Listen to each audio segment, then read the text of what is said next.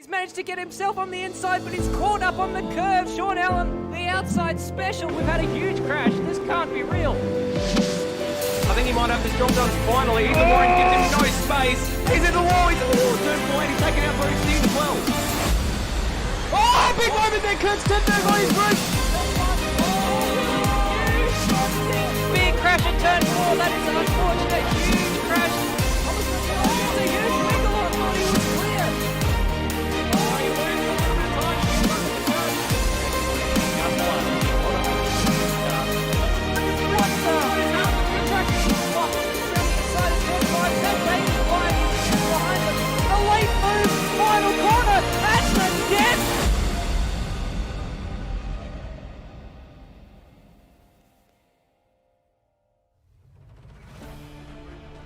Good evening everyone and welcome to the 10th round of the Automobilista Supercars Championship for 2020.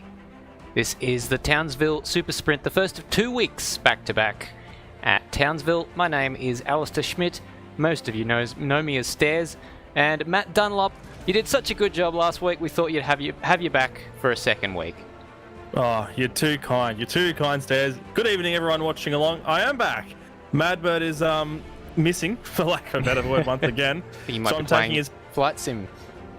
He may very well be. So I'm taking his place again, and we are at Townsville this Tuesday, and we've got 3 races lined up for you tonight, folks, with a pretty bumper field taking to the track at the moment for a practice session. It's going to be a pretty good one, isn't it, Stairs? It sure is. Some names that we haven't seen this year so far already in the lobby, so looking forward to seeing how they do. Last night we had some Super 2 races, so we'll just quickly update you on the points classification after the action that they had last night in Townsville. It was Benjamin Dahlia who's making a bit of a charge for the championship in Super 2. RSM Latino can feel him breathing down his neck, and early championship leader Steve Burko not too far away as well. You can see just what is that? Less than 100 points separating the top 3 there. A little bit further back is Steve Warwick, father of Colin Warwick, in 4th place. And if we turn our attention now to the points championship in the main game, it is Dayne Warren who, after missing one of the Darwin rounds, had Shaun Allan close that gap right up, but Dayne had a reasonably strong bounce back when he returned in Darwin. Didn't win all of them, but he won 2 of the races and very nearly won the 3rd one, with Kurt Stenberg coming home to claim his first victory of the year. Going into this circuit here in Townsville, which is one of his favourites, and one where he got his first win last year. Further down the field, quite a few drivers that we haven't seen too much of for a while, but Benjamin Dahlia is one of those. Ethan Warren's here tonight. Those drivers will start moving into the top 10, I should think. Benjamin Dahlia, another wildcard entry from Super 2, who joins us tonight. And the other thing we want to have a quick look at before we jump into the practice session is the revised schedule, because those of you in Supercar land will know that the announcement was made that Sandown would be scrapped, and some of the November and December rounds would also be scrapped to be replaced by the Ben SuperSprint back-to-back rounds. So we will be following that, and Bathurst will become the championship decider. Now, we still are yet to have an official date for the Automobilista Supercars Championship Bathurst 1000, but that will prove to be a cracker. So let's have a look at practice now. They've just rolled over the session, so there's not too many times on there yet. Currently, Kurt Stenberg leads the way on a 1 minute 10.617, Matty. Yeah, Dayne Warren was looking pretty fast in the remnants of the last session that I was looking at just before we jumped in the broadcast, carrying on his form here to the Townsville circuit, but we're still going to wait for a few more cars to throw down times. We've got a pretty decent sized field. I think there's about 14 or 15 drivers taking to the track tonight, one of which we haven't seen yet in Automobilista Supercars, but you may have seen him in the BP Supercars All-Stars E-Series that took part in the earlier part of this year before the real-life Supercars drivers took to the track. And his name is Fawzan El Nabi, and he got a pole position for Phillip Island raced in 3 races and scored 1 podium. So he knows how to drive a supercar, and I'm looking forward to see what he can do with the guys here in the main game for ASC. You and me both, Matty. We haven't seen him take to the track just yet, but rest assured we will the moment he elects to do so. Quite a few more cars taking to the track. Dane Licciardo, a new livery, I believe, on that car. So we're seeing quite a few liveries. Dayne Warren also has different colours for this round, and Thomas McMillan has updated his Pleb Sim Sport livery as well. Yeah, some really nice looking fresh paint around the field for this weekend, which is always good to see. It's nice to see a very well presented bunch of cars. That Dane Licciardo car we're looking at the moment, very reminiscent of the Luke Rosella machine that was out in force at Hidden Valley last week. It was a shame to see him DNF in the first race and not make an appearance for the second one due to some issues he was having with his setup, I think it was, with his racing rig. He managed to get it resolved, and he actually decided to jump into the Automobilista AMS Oz Championship for their GT round at Phillip Island for their race too that same night. So he wore many hats, and I think that mantle of that glorious looking machine is going to be taken over by Dane Licciardo. We're just seeing Dane Warren taking out of the pit lane now in some fresh paint of his own stairs. Yep, new team for Dayne Warren, Coanda Sim Sport. And so very unusual to see Dayne Warren in those colours, where we were used to seeing him in the orange, blue and white of Astro Altus Esports. And then for a couple of rounds he sported the privateer colours, black and teal and a bit of grey, I believe. But now red, grey and white are the colours you look out for when you're looking for Dayne Warren. Well, they say a rose by any other name would smell just as sweet, but would a Dayne Warren ZB Commodore by any other colour run just as quick? I reckon he probably will. We'll have to wait to see when he throws some times down. We've still got about half an hour to go, a little bit less, 23 minutes in this practice session. And this would be a good chance for the drivers to put down benchmark laps time to see whereabouts they're sitting in terms of their pace around this very bumpy at parts Townsville circuit. Yeah, we're just seeing Dayne Warren. I think he's just warming up on this out lap for a go at a red hot lap. Someone spun in front of him, one of the wildcard entries, and can't quite tell who that is. Maybe Brap in the wildcard car as Dayne Warren comes across the line to start a lap of this Townsville circuit.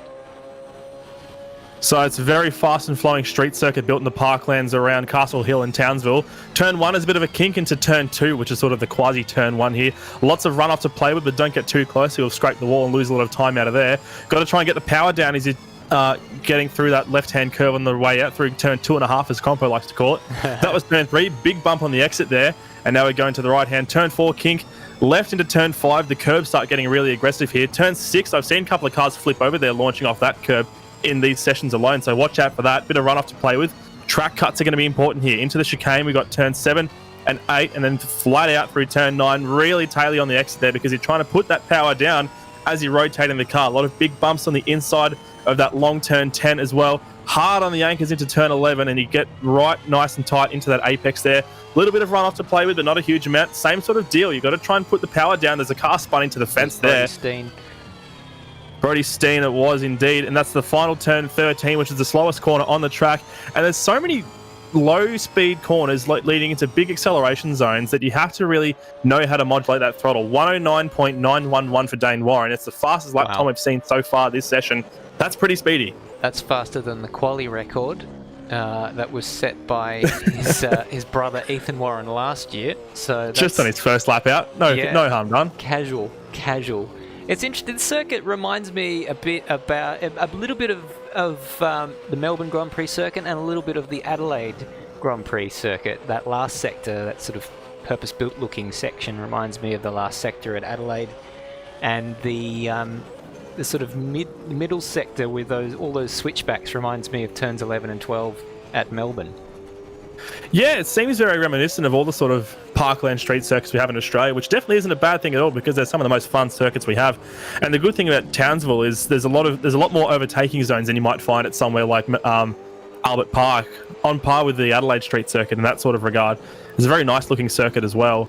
And there's a lot of flip-flop sections, like you said, in turn 5 and 6, but there's actually the potential to get some interesting manoeuvres done there. We're just taking a look at a replay of Farzwan El Nabi, who we were mentioning earlier. Yeah, he's just getting a little bit out of shape. Yeah, he's just come into the pits, so we've gone back to give you a bit of a look at that car for United Sim Sports for Farzwan El Nabi. Yeah, I think I saw him running across the grass on the exit of turn 11, perhaps. I'm not entirely sure. Yeah, he just put the power down a little bit too hard there on the exit of 11, rotate it to the infield. And he's not necessarily super well versed in Automobilista as far as I know. Of course, the Supercars E-Series is conducted in iRacing. He's done a little bit more iRacing stuff aside from that as well. So just got to get used to a different rendition of the car. Yeah, but we've seen people like Brody Kostecki in this series get up to speed fairly quickly, so if you've got the talent, it shouldn't take you too long to get up to speed. iRacing driving quite a bit differently to Automobilista, and a lot of people that I've spoken to in this world seem to prefer the way that Automobilista handles, but they like iRacing for the sheer strength of the competition and the organisation of the leagues. So who do we have at the moment? We've got 10 cars who have posted time so far in this session, and the cars you haven't seen on the leaderboard yet are Thomas McMillan, Colin Warwick, RSM Latino, and Farzwan El Nabi, who's just pulling out to the pits to give it another crack. And we've also got JF, a teammate for Farzwan El Nabi, also racing for United Sim Sports. I'm not sure who that might be. He's got Phil Sell on the side of the door there. Jared Phil Sell. So we've got some illustrious company tonight. Jared Phil Sell also for United Sim Sports. If memory serves me correctly, he has done a single race last year in this championship. I'm trying to remember. It might have been actually from the AMS Oz days when the Automobilista Australia Supercars Championship featured a number of these guys. But he was incredibly dominant, and in the E-Series was one of the fastest drivers out there. So he was racing in the 2019 E-Series before they had the All-Stars version, where we had drivers such as him and Brenton Hobson, I think, was competing in that one as well. And he was racing for Walkinshaw Andretti United, so he's a very accomplished sim racer in the supercars category. 100%. And, well, I think that the Warren brothers might have some, they might have a little bit of competition tonight. That is going to be mighty interesting to see how far they get up. There's still 17 minutes left until qualifying, so there's a chance for them to get up to speed. I don't know how much practice they will have done out of the box, or if they've done any, but this is going to be mighty interesting tonight. So a field of 15 cars so far, and it seems to be growing every minute we look at it. I think Benjamin Dahlia has disappeared from the server at the moment, so when we get him back, that'll make it 16.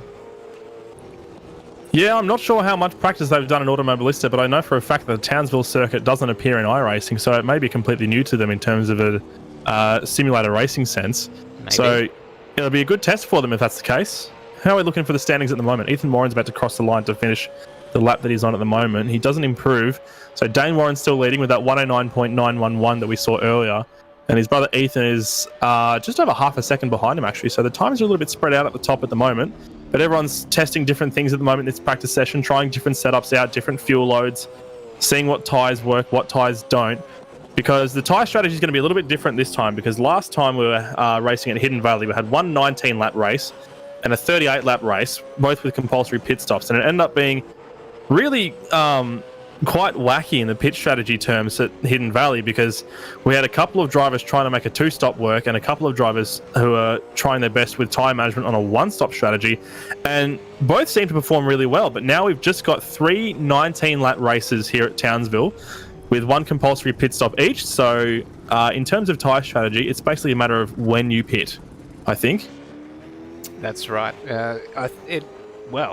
All 3 races, same length. All 3 races have the same requirement in terms of the pit stops. No hard tyres this week.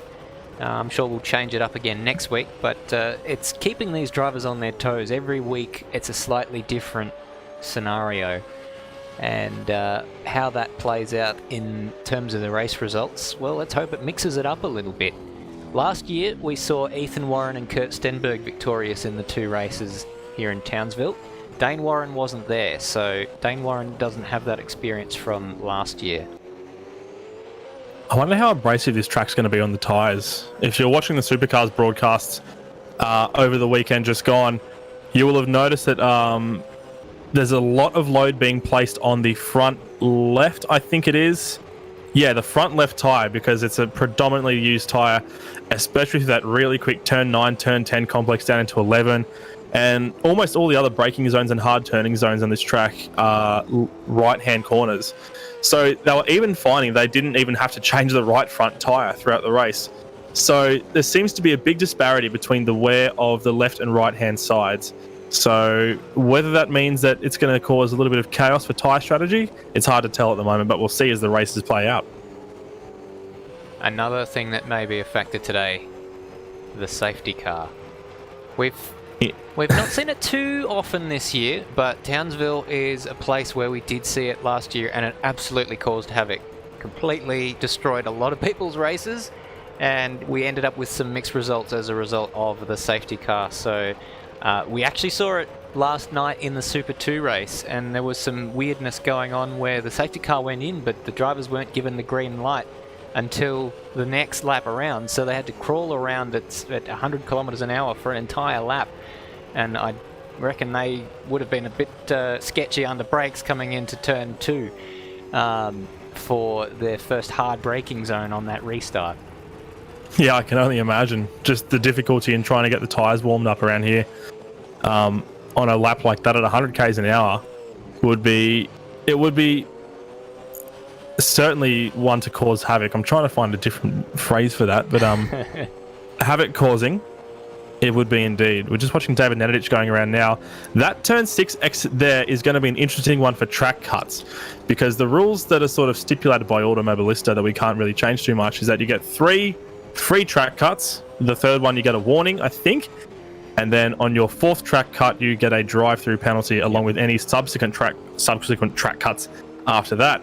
So they're going to have to really be careful, especially at turn 6, not to be super aggressive with the curves, because they could send them out past that yellow line, which may very well be the boundary that the game recognises for track cuts, and that could see some penalties thrown into the mix as well. We were talking about the curbs before the broadcast tonight, Matty, and we were thinking maybe we might see some rollovers there as well.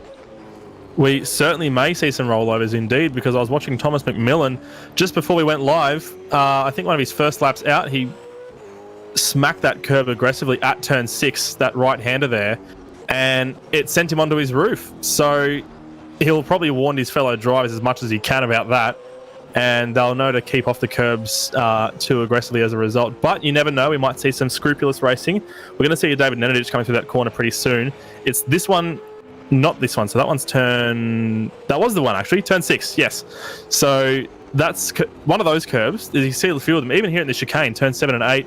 Very, very harshly angled off the road surface. So that could result in especially some two-wheeled action at the very least, which is going to slow your car down through the corner, no matter how hard you try to pull those wheels back down to the ground. And at the very worst, you might tip it over onto the side or the roof.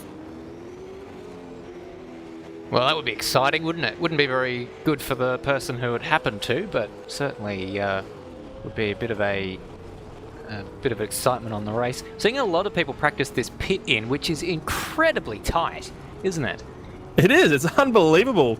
It's basically enough room to get one car down there and not much more. So a lot of practice is going to be required, because, of course, we do have the compulsory pit stops in these races. So that will need to be something they get nailed down pat. The entry itself isn't too bad out of turn 12. You sort of just got to pull up. Kurt Stenberg will be coming up there pretty soon. You just have to pull a tight inside line on the run into the pit line and just make sure you hit your marker for the speed limit line. Big slide out of the final corner for Stenberg. And just don't hit the walls on the way around, because they're very close to you, aren't they? They are. I think that we saw a few people come a cropper with that as well in the Super 2 race last night. So if any of these guys have been watching the Super 2 racing, they'll probably have a few things that they might want to watch out for based on what happened last night. There was twice, at least I can remember, where someone hit that little, I think it was like a bunch of tyres or something, and sort of ricocheted onto the other side and then end up perpendicular to the racing line, blocking the pit entry. Not ideal. You sort of Austin Powers yourself into the pit entry, and Yeah. it's not an ideal situation for anyone. We've got both of the United Sim Sports cars out on the racetrack right now. Forzan Al Nabi not with a representative time yet, and Jared Filsell already up into 7th place on what I believe was his first flying lap. He wasn't able to improve that second time around. He just crossed the line again. It was a 1:11.988. But he's up there. He's only a second and a half off Dayne Warren, which is great time to be made so far with the little experience I imagine he has here in Automobilista. It was actually his 3rd timed lap, not his first, so he's been out on the racetrack for a little bit longer than I gave him credit for, but chipping away. So he's done an 11.9, a 12.0, an 11.4, and then another 11.9. So 3 of those laps within a tenth of, or half a tenth of a second, and then he then found it 0.6 of a second on the 3rd lap. He's just behind Shaun Allan in the standings at the moment in terms of lap pace. Shaun Allan, of course, being second in the championship with a margin of, I'm not going to do my maths, I think it's like 75 points between Shaun Allan and Dayne Warren at the top of the standings at the moment. It'd be a little bit closer to 40 points if Shaun Allan didn't get a penalty earlier in the year at Melbourne. And he wasn't able to get he had a great weekend at Darwin 2 weeks ago, Shaun Allan did, when Dayne Warren wasn't here to contest for race wins. And I see what you mean about that pit entry. JF just like, Jared Filsell just slammed the wall on the way through there, just gave it a good old scrape. But Shaun Allan was able to catch up to the championship standings and almost overtake Dayne Warren after that first Darwin weekend. Warren was able to eke the gap back out a little bit, but it's still very, very close at the top. You don't give yourself enough credit there, Matty. It was 75 points, so you were bang on the money there. That is the gap between Dayne Warren and Shaun Allan. I've had a lot more bad luck with quick math than I have good luck lately, so I thought I'd cover myself just in case. Yeah. 2,215 minus 2,140 is 75. Quick maths. There'll be a test on that one later, folks. Haven't seen Thomas McMillan post a lap in this practice session yet, although he's been pretty busy in the last few sessions, which is a shame because I want to have another good look at that car because it looks pretty good this week. Must be having a last minute bit of dinner or something like that. But it's good to see he's been in this session practicing for quite a while. So there have been the odd occasion this year where he is late into the server and doesn't appear until very, very close to qualifying. This time, though, it seems as though he's put in the practice early, and we'll be ready to race. We haven't seen a time from him in this particular practice session, but before we went on the air, he was putting in the laps. Speaking of dedicated practicing drivers, I saw David Nenadic in here a couple of hours ago now. It would have been when I was doing a systems check, just practicing on his own. Not sure how long he was in the server for, but it must have paid off because he's currently sitting 4th at the moment. And that's pretty good timing for David Nenadic. He's only been on the podium once so far this season, and that was that first crazy race at Darwin when Kurt Stenberg was trying to redress in the final lap, and Nenadic nearly shot through and took the win, Stephen Bradbury style. He's finished pretty consistently in the points for most of the rest of the season, but not super high up the order.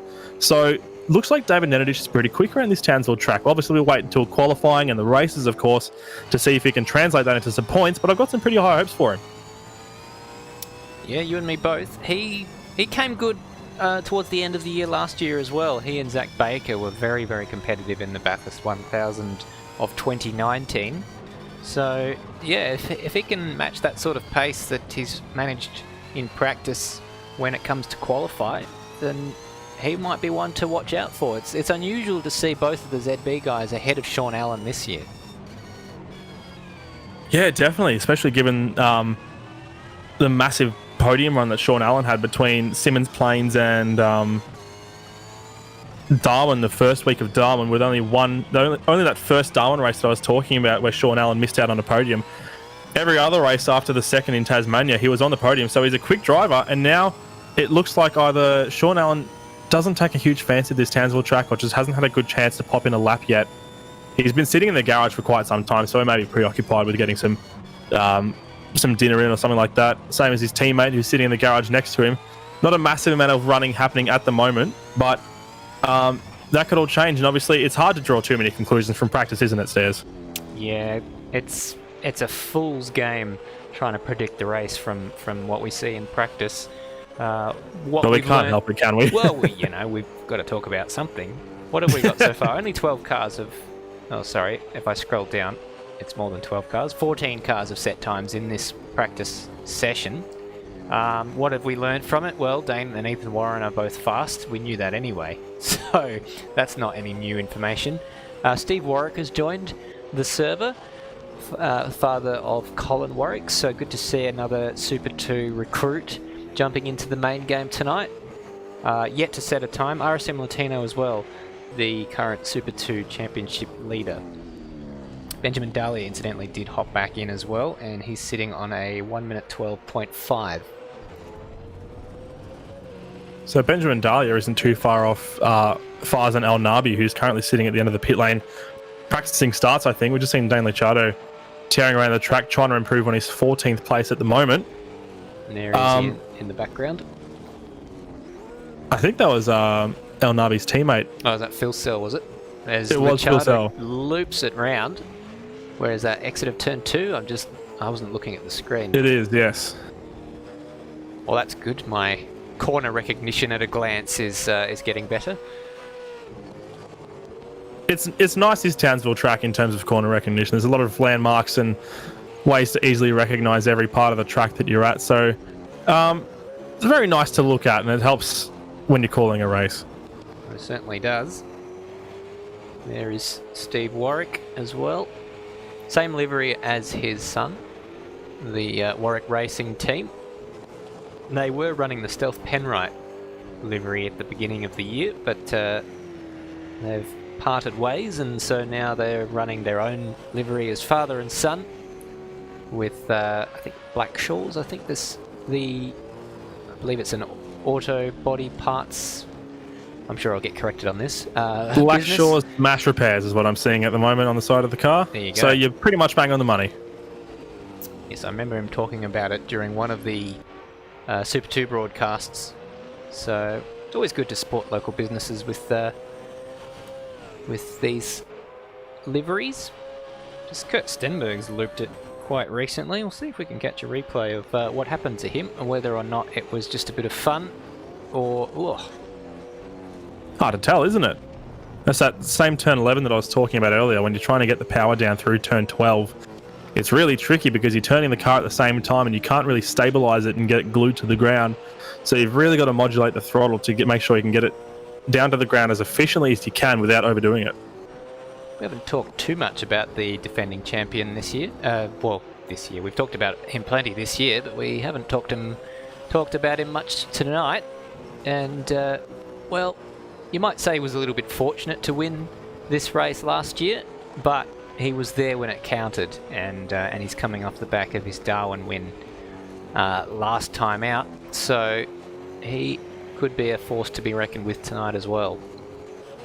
Yeah, if he hadn't missed the Adelaide round at the start of the season, he'd probably be a lot closer to the top of the championship standings at the moment. He's on 1,987 points, and that's including a penalty that he incurred at the first round at Sydney earlier in the season.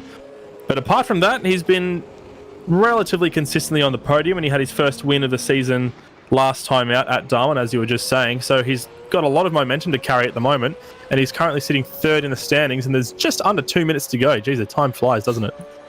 He's got a teammate tonight, which is not something we've said for quite a few rounds. You can see the Trans-Tasman car of Jake Maloney in the garages there. Hasn't turned a lap as yet, but wow, it's good to see Jake Maloney returning. He hasn't been with us for a number of rounds, so this is turning into a bit of a bumper field we've got tonight. He's only actually appeared in the first 3 rounds of the season, plus tilt at the first Sydney round as well. And he's 13th in the championship because he got 3rd and 2nd in the first 2 races at Adelaide, and then 2 more seconds in the Melbourne round. So he's bloody quick behind the wheel of that ZB Commodore. And I've got every hope that he'll be able to carry that form out. He hasn't posted a time yet, so we don't really know how he's going to do around this Townsville circuit, but it'll be good to see him once he's on the track. Yeah, he was at one stage last year. I reckon he would have been the favourite for the championship, but it all sort of went south for him later on. won the Bathurst 1000 with the man on your screen, Kurt Stenberg. They shared a car for that. And that was a very, very good race from those two. So just 30 seconds remaining in this practice session. We'll get underway qualifying. Kurt Stenberg says have a go in the live chat, and I think that's what a lot of these guys are going to do in this first 10-minute qualifying session. If you are watching along in the live chat, don't be afraid to say hello, ask us a question, just, you know, give us your thoughts. It's always good to get some interaction from the fans watching along. I don't have the number of people watching the stream in front of me, unfortunately, so I can't have a look at that. I've just got the YouTube chat popped out to save my bandwidth at the moment. But that is the end of the practice session. Colin Warwick's going to be the last driver to peel in. And Dayne Warren is the leader of the timesheets with a 1 minute and 9.911. It was the only time lap that he posted in that session, and is good enough for P1 in the final practice. Ethan Warren was second fastest behind him, just over half a second, with Kurt Stenberg trailing in third. So qualifying shall commence very, very shortly indeed. Looks like we ran out of garages. There's a car right next to the safety car. One of the United... Farzman Al Nabi. It looks like he's shivering in the cold because he's been locked outside. I don't know how cold it's going to be in far north Queensland. No. Is Townsville considered far north Queensland or just... I consider it far north Queensland, just on the cusp, I'd say. Yeah. It's definitely not Cairns, but it's up there. No, not Cairns. Looks like there's just one car circulating. That's Dane Licciardo at the moment. So he's put in a number of laps in this practice session. Good to see him pumping out those laps. Yeah, it's always good to see drivers trying to get the most out of their cars. Dane Licciardo only started racing here at the Hidden Valley round, where he scored points in his second race. So he hasn't found himself too high up in the point scoring positions yet so far this season. And because he only started in Darwin, he's only 21st in the championship standings. But we're at the Townsville Street Circuit now, and this may be his chance for redemption. Maybe we'll see some more pace from him here. Here is the details of the racetrack. Turn 1, which maybe doesn't count. Well, I think it does, but you don't brake for it. 2, 3, and then there's back straight. There's lots of switchbacks. This is the part that reminds me of Albert Park. And then coming towards the final sector, the curbs. Watch out for the curbs on turns 7 and 8.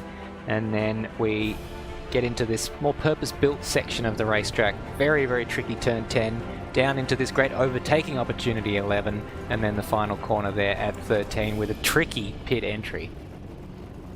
Pole sitters last time out, Ethan Warren and Ethan Warren. We got Dayne Warren here to challenge him this time, as we're starting to see all the cars lining up in formation to head out for their qualifying laps very soon. And Ethan Warren, he was pretty fast, second fastest in that practice session, but how can he do in qualifying? Obviously, Dayne, his brother, was half a second faster than him. Is that form going to translate over? We'll see in just a few seconds. We're just waiting for the last few cars to peel out. Session's gone green, and we are underway. Glorious sight, seeing them all come out. Oh my goodness, there's some biffo going on. Thomas McMillan, you can see, struggling to get out in front of the United Esports car. So, my goodness gracious me, this you won't want to get damaged before you even roll out for qualifying, would you, Stairs? Yeah. Farzan El Nabi is the leading car on the racetrack by the looks of it. So that was Jared Filsell that Thomas McMillan was trying to get out in front of and didn't succeed in doing so. But we do get a chance to look at Thomas McMillan's car now that it's out on track, and it's a pretty good looking one as well. Yeah, we'll have a look in a moment as we line up a shot of it. Here it is.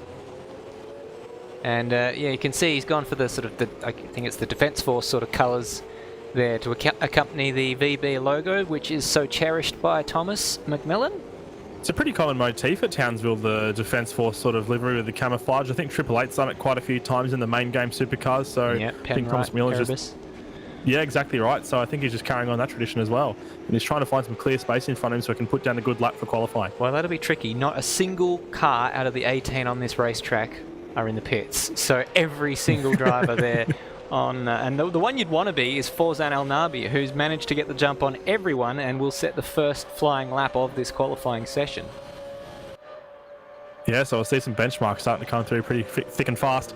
There's already a rearview mirror lying on the track around this part of the circuit. I saw it get knocked off by Dane Licciardo. So Someone's peeled in. One of the ZB cars has decided to opt out of doing his flying lap now because there's just too much traffic. I'm trying to see who that is. I think it's Zach Baker.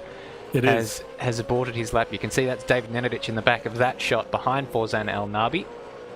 So he's continuing on because he's got a fair bit of clear track in front of him.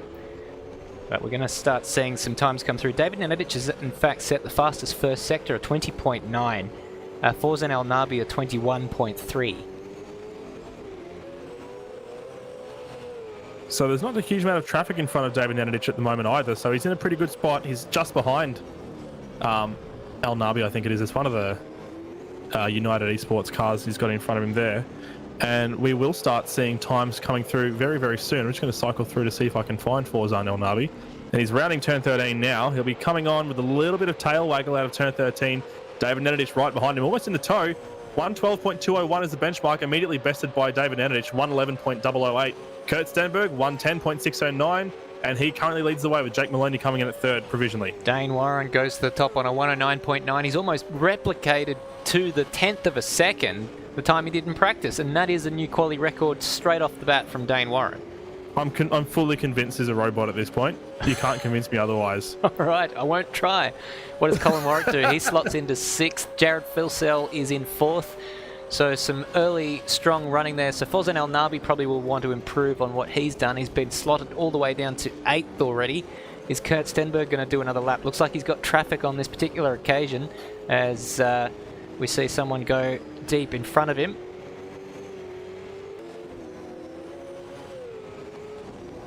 Who else we've got looking good at the moment? I think Thomas Cattle's improving. Alex Cattle, I should say. Shaun Allan has just gone up to 3rd in the standings at the moment. So great lap from Shaun Allan.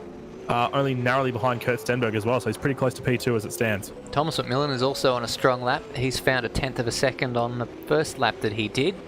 So let's see if he can continue this one on. Oh, he's gone well deep. He's gone incredibly deep there down at turn 11 and he's blown that lap. We should see him in the pits shortly. Yep, he'll be peeling in right about now.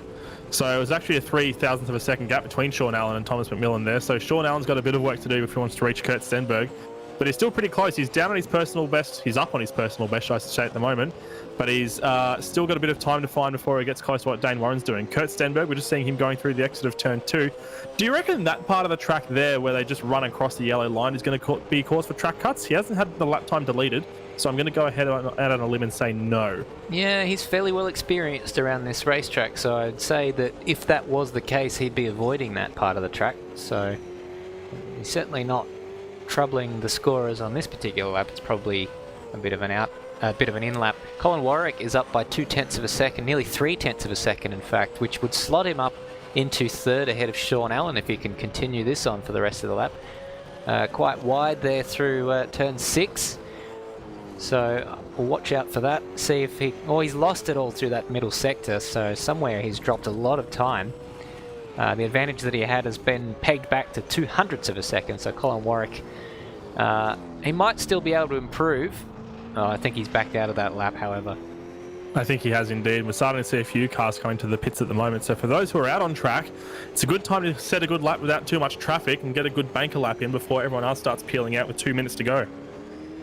Yeah, Zach Baker's out on a lap at the moment. He's one of those guys who peeled in after noping out of the first attempt at a lap. We're just watching Shaun Allan now. I think Shaun Allan might be coming in, so we'll switch to Zach Baker to see how he does on this lap. And indeed, Shaun Allan does peel off into the pit lane. Bit of a wobble there from Zach Baker, so having issues getting the power down, but he's looking pretty good so far for this lap at the moment. He's green for the first 2 sectors from what I can see, and he's making his way to the start-finish line now, and it will be a 1:11.044. He's shaved almost 3.5, he's a little bit over 3.5 tenths off his personal best, but he hasn't improved. He's still got 100th of a second to get past Jake Maloney. Jeez, that was tantalisingly close. To find that much time and not find a position is a bit stiff for Zach Baker. So Jake Maloney just ever so slightly ahead of him, and David Nenadic not too far up the road. From 3rd down to 9th, covered by about 0.3 of a second. That's remarkable.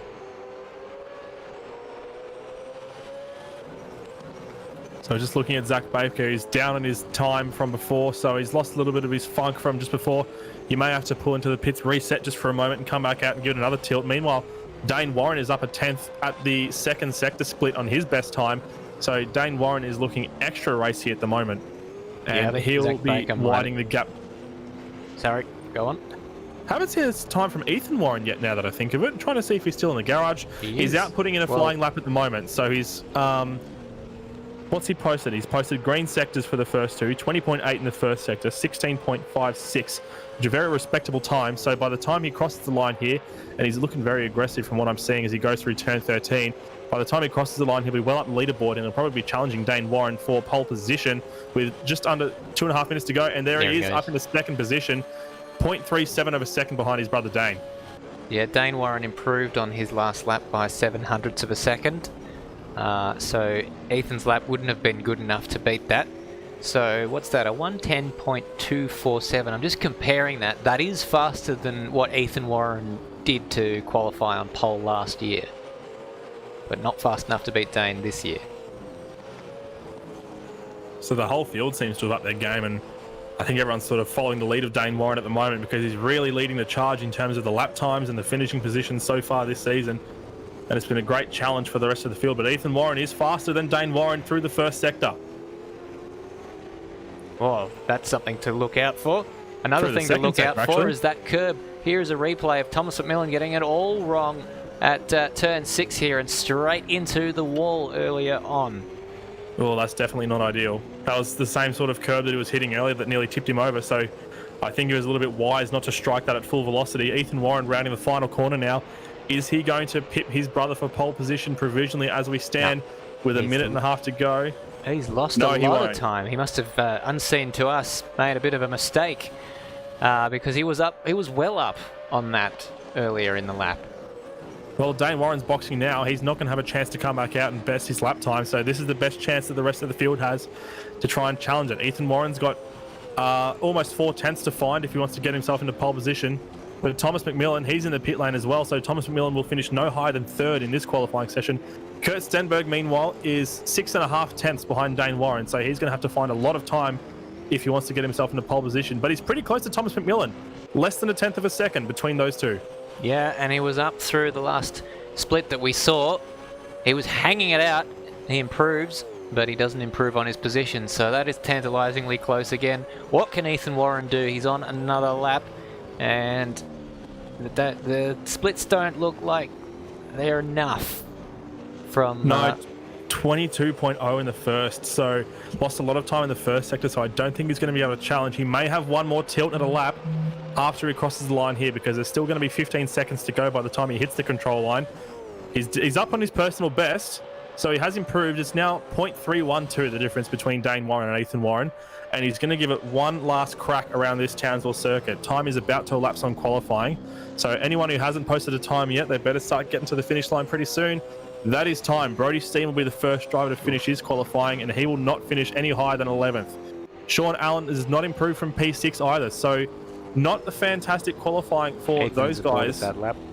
He has indeed. He's aborted it straight into the wall, as a matter of fact. So we're taking a look at Colin Warwick now, who's on a quick one. He's the he's actually clipped the wall on the exit of 2 there, so that might scrap a bit of time off. But Jack he's up Maloney on his was on best. a lap 2. He's gone deep at the final corner, so I don't know if he's going to improve on 9th. And he doesn't. He was taken to the grass, actually, so that's his lap time gone. Zach Baker's in the pits as well. So starting to see the field being set as we stand at the moment. Alex Cattle has improved on his time, and he's up to 12th position, so that's a pretty good qualifying result for Alex Cattle. Jake Maloney's finished his session. We're just looking at Colin Warwick now coming down to turn 11. What are his lap times? What are his splits looking like at the moment? He's had a 16.781 at the last sector, so that's not too bad of a time. But I don't know if it's going to get him too much further up the order. He's very wobbly out of turn 13, and I'd say that's a bit of a throwaway lap, and he's already turned the lights off. So that's a 111.431. Colin Warwick qualifies in 7th, but it is pole position for Dayne Warren with his brother Ethan Warren lining up alongside him on the front row of the grid for race 1. Well, all of a sudden, there was silence in Townsville, and that is qualifying. So another Warren brother front row lockout. Thomas McMillan and Kurt Stenberg.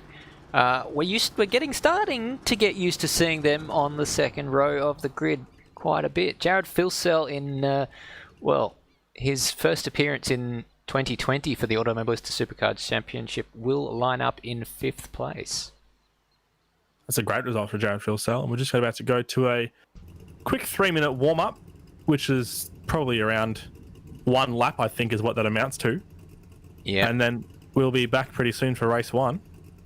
We'll take a quick break, and on the other side, we'll bring you all the details from race 1. See you soon.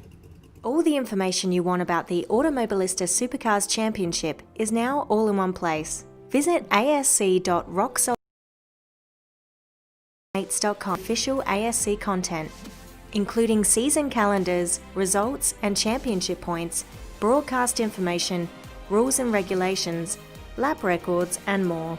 You can also get updates on our official ASC Facebook page.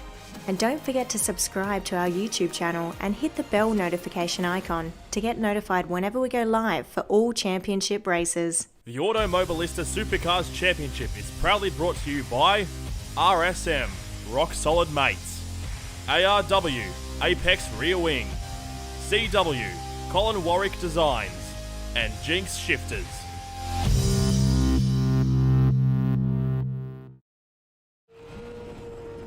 Welcome back to Townsville for the 10th round of the Automobilista Supercars Championship.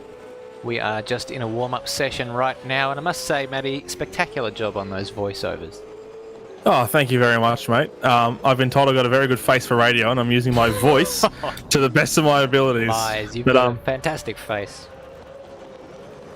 If anyone out there is looking for a good voice for some voiceovers for maybe some radio ads or some television ads, drop me a line. Look up Matt Dunlop Media on Facebook and send me a quick hello. Hello. How you doing? We got a warm-up session on our hands at the moment. Hello. Thomas McMillan's on screen. Hello. He's just behind Colin Warwick, I believe, or one of the Warwicks at the very least. And we get to go have another good look at that VB machine. He does love the Green Demons. He's got them plastered all over his car with a nice camo livery, as we were talking about earlier, for this Townsville round. And I'm just trying to look around my camera angles at the moment to see what's happening, and there's just a lot of people just doing all sorts of various things in the warm-up session. A few guys trying to get some quick lap time practice in. There's a couple of drivers doing practice starts all over the place, and a few of the other ones just sitting in the pit lane waiting for the race to start. Yeah, I think Ethan Warren might be doing a practice start here. I thought Kurt was too, but he exited back into the pit lane. Here is Ethan Warren doing his practice start. So the majority of the field is in the garage. We've got about 5 cars on track at the moment out of the 18. Just over a minute to go, so the only reason anyone would be leaving their garage at this stage is probably to do a couple of cheeky practice starts on the pit exit.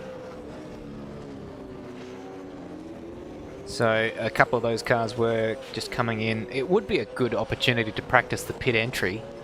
As we talked about in practice, that is a tricky one. I reckon at least someone is going to come a cropper there tonight. I almost guarantee it. We have compulsory pit stops in all 3 races. What's 3 times 18? That's the minimum number of pit stops we would see, assuming that we don't have DNFs before those pit stop sequences begin to play out. 3 times 18. You put a bit of a test on my quick math skills. I actually have to look this one up. It is 54 pit stops total that we'll be seeing. So that'll be a lot to keep track of, because unfortunately the live timing software that we're using here, last time out especially, it wasn't actually giving me a pit stop count as we were going through the races. So not sure if I'll have to start taking notes so we know what strategy everybody's on, but I think we had a pretty good grasp of what the strategy was looking like there, didn't we? Yep. We'd probably have to add the proviso that of course depends on whether they make it to their first pit stop. It is a street circuit, so attrition may be a factor. Yeah, I feel like track limits aren't going to be as much of a hassle here as the physical track limits that are the concrete walls. Like especially on that turn 2 that I was talking about, the exit of turn 2 that I was talking about earlier. That one isn't such a big deal because you've got the wall right there to keep you in check. And I think turn 6 is going to be the main gripe. And the drivers and the chicane as well. I mean, the drivers will know to be pretty careful around that part of the track. Yeah, I reckon when there's a very obvious point in the racetrack that you could come a cropper at, you generally find that some other point that was slightly less obvious ends up being the white whale for all the drivers. Because they're not really focusing on it, so it usually comes from an unexpected point. Yeah, that's exactly right. I think Brap's the only car on the track at the moment, and as a consequence, as of being the only car to post a time in the warm session, he is the fastest driver with the 1:13.827. But unfortunately, that won't put him any further up in terms of his starting position. I'm just going to go back and look at the qualifying results at the moment, and I know Brap will be starting from last on the grid. 18th will be starting, and this is the Townsville Street Circuit we're looking at it again. So 19 lap race for 55 kilometers total. We'll be seeing 3 of those races tonight. Turn 1 and turn 2, nice run in there for the first lap. A little bit of chaos as we saw in the V8s there, and then we start getting to this windy back section that's kind of like the Albert Park that Stairs is talking about, 5, 6, 7, and this tight little chicane with the big curves at 7 and 8. And then we've got this massive run where you go through 9, 10, 11, all flat out right-hand corners where you're trying to put the power down and smash the steering wheel right at the same time. It's hard to get control. Same out of turn 11 into turn 12. And then you cap it off with a good run through turn 13. Don't run it wide. And that is 1 of 19 laps of the Townsville Street Circuit. The cars are just starting to grid up. The last time out last season, Kurt Stenberg and Dayne Warren were your winners. Is that going to change for this edition? Stairs, what are your predictions? I reckon it could be. I reckon we might see Thomas McMillan win. I'm going out on a limb here. I'm going to say Thomas McMillan may well win a race tonight because street circuits, people can come undone with street circuits and compulsory pit stops. I'm calling an upset. Well, he hasn't done too well at street circuits thus far this season, but he has had a couple of wins at Pukekohe and Darwin respectively, so he knows how to win races. He's definitely a quick driver, and he's starting from 3rd on the grid. Would you like to run us through the rest of the starting grid, Stairs, for race 1? Right, well, we talked about Dayne and Dayne Warren. They start on the front row. We talked about Thomas McMillan. He starts on the 2nd row. This man here, Kurt Stenberg, won here last year, and he won in Darwin last week, so watch out for him. Jared Filsell, racing under the moniker of JF. He hasn't really got up to speed yet, so watch out for him. Shaun Allan, he starts out of 6th place ahead of Colin Warwick. Behind him, David Nenadich, the leading ZB car. We saw him do quite well in the practice session. Jake Maloney on his return has qualified 9th ahead of Zach Baker. Then we've got Brodie Steen, the 2nd race on Oz car, in 11th place, followed by the satellite race on Oz car of Alex Cattle, who just brushes the wall there. Don't want to do that on your warm-up lap. Benjamin Dahlia, the Super 2, well, he's on a run in Super 2, 4 wins on the trot, I think it is, that he's just won. And then Forzan El Nabi starts behind him in 14th. RSM Latino, championship leader for Super 2, in 15th place, ahead of Steve Warwick, another Super 2 call-up. Then we've got Dane Licciardo in one of the AAR Mustangs starting out of 17th. Brap in 18th. And that is your field of 18, Matty. They're just starting to grid up now. It is an even Stevens, no staggered grid here at Townsville. And it's interesting to note that 2nd place on the grid does get the inside line for that first turn 1 kink and into turn 2. So not sure what benefit there is there for Dayne Warren on the outside of the grid. Maybe a bit of a cleaner track, but we're getting pretty soon close to the lights now. All right, the revs are rising here in Townsville for the first of 2 weeks. We are racing, and it was a really good start from Dayne Warren. He's got the jump on Dane further back. Everyone's got away cleanly. Who's going to be in the lead in the first corner? It is going to be Dayne Warren. Dayne Warren, not Dayne Warren. And look at that. Thomas McMillan round the outside is already challenging for the lead of this race and tries to get up the inside for the next corner. It's a drag race now between Ethan and Thomas McMillan, but Dayne Warren has some... has Kurt Stenberg. There is a spin. Oh no, there's a huge amount of contact back in the lowly positions, Matty. Safety car. Fars 1, Alex Cattle, Fars 1 El Nabi, RSM Latino, David Nenadich all involved there. What a shame for Fars 1 El Nabi and all those other 3 as well. And we do have a safety car to start this race here in Townsville. You called it, mate, and here it is on lap 1. Well, that was early. I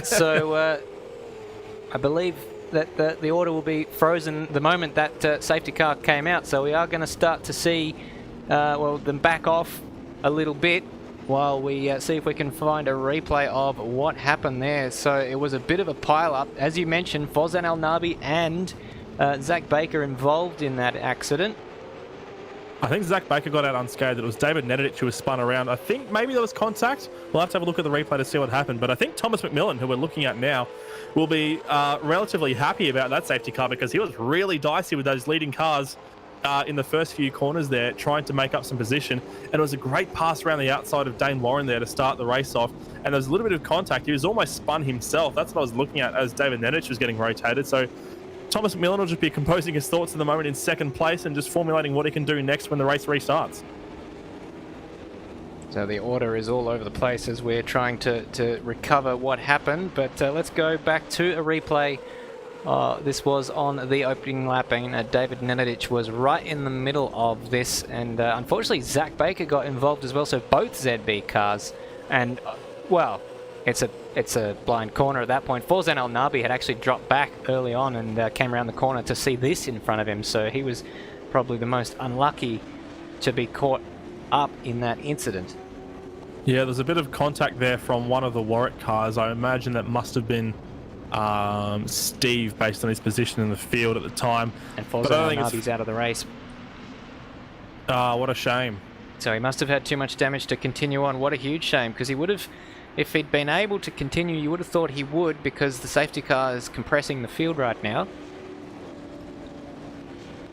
But I don't think we can really apportion any blame for that incident. From what I saw, it looks to be sort of general lap one shenanigans, and it's always unfortunate, but there's not a huge amount you can do about it with all these sorts of guys jostling into position for these tight opening corners of turn 2 and turn 3, and the safety car's still out on track at the moment. Probably won't be too long until it comes in, as a matter of fact. So the field's pretty much all bunched up now, just waiting for Jake Maloney to catch up to the back of the queue. But do we see anyone elect pit? I think we've got someone in the pits at the moment. I'm just trying to see who it is. Yes, we've got we Shaun do. Allan coming in, and so Brody too Brody Steen. Oh, there's a bunch Dane of them. Licciardo and Brap as well is in the pit lane too. So both the Race on Oz guys coming in. Do they have to share a pit stall? That might be interesting if they do. We'll just try and see if they do. But there are things that you can do to negate that. But it looks like Shaun Allan's pit box is much further down the racetrack, down the pit lane than Shaun Allan. So who else have we got? Jake Maloney's in there. We've got Dane Licciardo, Maloney, the wild cards. And who did I say? I thought I said Jake Maloney. I think Brap is in there. So yep. So Brody Steen wins the race out of pit lane there, followed closely by Brap, who's made up quite a few spots there. He'll be happy about that. Dane Licciardo's up into 16th. Jake Maloney's in 17th. I'm just trying to see where Shaun Allan was actually the winner of the winner of the race off pit lane there. So Allan's in 13th with his teammate Brody Steen behind. Brap is in 15th with Dane Licciardo 16th, and Jake Maloney brings up the rear of the field as he was on the way into the pits earlier. So once they catch up to the back of the queue, and maybe even a little bit before that, we'll be getting back underway here at Townsville. All right, well, watch out for them, because if they can make those tyres last for the rest of the race, they won't need to stop again. Whereas everyone from RSM Latino up will have to stop at least once in this race. So that has all of a sudden made this incredibly interesting. Well, the problem is Jake Maloney has to push on his tyres the entire time because the safety car lights are out. Safety car's pulling away. It'll be in this lap. Jake Maloney didn't have a single chance to slow down at any point in this safety car period. He had to push all the way into the pits and all the way out. And now Ethan Warren's got the field nice and backed up at the moment. And he'll be restarting this race very, very soon. I think they've just crossed the safety car line there. So he's just waiting for the perfect time. Will he be out of the exit of turn 13, or will he bide his time down the main straight a little bit? They have to get the green flag, so we're waiting. They certainly do. Now, we're in spectator mode, so we won't hear whether they get the green flag. Now, this was an issue last week. Remember I said they didn't get the green flag and they had to trundle around now at 100 kilometers an hour, but no such issues tonight. That's all been resolved. So Thomas McMillan is in Ethan Warren's wheel tracks. He's got a good start. Dayne Warren, meanwhile, coming under some pressure from Kurt Stenberg as Thomas McMillan dives down the inside of Ethan Warren and takes the lead of the race. Kurt Stenberg goes wide behind and someone's round. We've had another spin at the same spot. Shaun Allan is involved. Benjamin Daly was spun there. David Nenadich is involved again. What a safety shocking car's out race again for David Nenadich. Safety cars causing safety cars. This is a common ailment of street circuits, and Townsville is evidently no different. What a shame there for David Nenadic, who was doing so well in terms of his qualifying and practice pace, and he's just been an unfortunate passenger in a couple of incidents. It wasn't the same corner as the first time. I think the first incident was at turn 3 and this one was at turn 2, but very similar characteristics of corners. So Thomas McMillan will be happy about that. He got the move done in the first corner there at turn 2, and it was a fantastic move as well up the inside of Ethan Warren, and gave him plenty of room to sort of retaliate, but Ethan Warren couldn't really do much there. And Thomas McMillan will lead the field around after the second safety car period. We're just having a look at the replay now. Yeah, what a great slow-mo shot that is, Stairs. Yeah, just trying to see it in slow motion so we can catch what caused that. And I think it was someone diving down the inside of Benjamin Dahlia there. It was one of the Warwick cars. Can't tell if that's Steve or Colin Warwick. But they spun Benjamin Dahlia around, and then everyone else is too far or too close behind to avoid. And then you Based end on up... position, that would have been Steve Warwick. Yes, it was. Yeah. And so Shaun Allan got involved. That's a bit like what happened on the Saturday in the real-life supercars, isn't it? With everyone getting in there. Yeah, I was just thinking that, wasn't I? So now the field's all bunched up again. That's reset. Is this going to prompt any pit stops? Yes, it is. Steve Warwick is in the lane, as is David Nenadic, but those two are probably in most likely to repair damage from that incident. Yeah, I was going to say Steve Warwick was the one who got his nose chopped off there by Benjamin Dahlia. Did see enough of that incident to really apportion blame, but it looks like Benjamin Dahlia didn't realise that Steve Warwick was diving up the inside of him. And there you can see it's a bit of a drag race there, with David Nenadic failing to get out ahead of Steve Warwick. Very close margins there at the exit of pit lane, and Steve Warwick, I think, got the jump there through the pit lane, so he's made up one more spot if he has indeed done that, but they're still quite a bit far back. Oh, what a shame for David Nenadic. Now he's got a drive-through penalty to contend with as well for speeding in the pit lane, and his race is just going from bad to worse. Now, this is probably advantaged the ones who pit on the first safety car, because they've now got less laps to do on the tyres at flat out, and the guys ahead of them have got less laps to try and stretch out a bit of a lead before they make a pit stop. Yeah, so this is really going to throw everything in terms of strategy well out the window if it wasn't already gone as a result of the first safety car period. None of the leaders seem to be peeling into the pits as it stands at the moment. I'm just going to keep an eye on the lane to see if anybody decides to come in. But I think everyone seems to be streaming past for the time being. No pit They certainly calls. Meanwhile, we've got Steve Warwick and David Nenadic almost racing to catch up to the safety car, racing each other. But as far as I'm aware, they're not allowed to change, change positions. David Nenadic is coming to the pits. I'm thinking to serve his penalty, but you can't serve the penalty during a safety car. It will not clear the penalty. Well, he'll find that out the hard way, I imagine, once he rolls through the pit lane. Half a minute off the back of the rest of the field, and he's still got a penalty to his name, if that's the case. It's not a penalty. He's last anyway. If he then catches back up to the safety car, he's exactly where he was anyway, so... That's if he catches up to the safety car. I think the safety car period's going to be finishing very, very soon. Well, we saw on the first safety car as everyone who came into the pits caught up in the final sector to the back of the train, and there were very, very nearly some bad accidents. Jake Maloney had to slam the brakes on when he caught up to the back of the train there. So they do travel around at a fairly pedestrian pace. Yeah, the safety car speed is about 90 kilometres an hour at the moment. So it is very easy to catch up to the back of the field because it's not the longest of circuits. It's only 2.8 kilometres around this Townsville layout. So it doesn't take as long to get onto the back of the queue as I would have previously thought, I don't think. Watch out for Dayne Warren in this restart. I reckon he might put Ethan under a bit of pressure. And that might be the best thing for Thomas McMillan. My prediction's looking good right now, isn't it? I said Thomas McMillan might pull something out of the hat, and he's had an absolutely ripper start, getting positions off the race start and also the restart. Yeah, definitely. Now just got to make sure he can stick out at the front. And yeah, there'll be a lot of challenge from these Warren brothers for the rest of this race for sure. But there's a lot of people at the point end of this field who could certainly win this race, and it'll be great to see what Jared Filsell can do from 5th position as he stands at the moment. Not wrong. David Nenadic has caught up to the back of the field, and the safety car has stayed out, so we're not going to get a restart on this occasion. So 2 laps this time behind the safety car.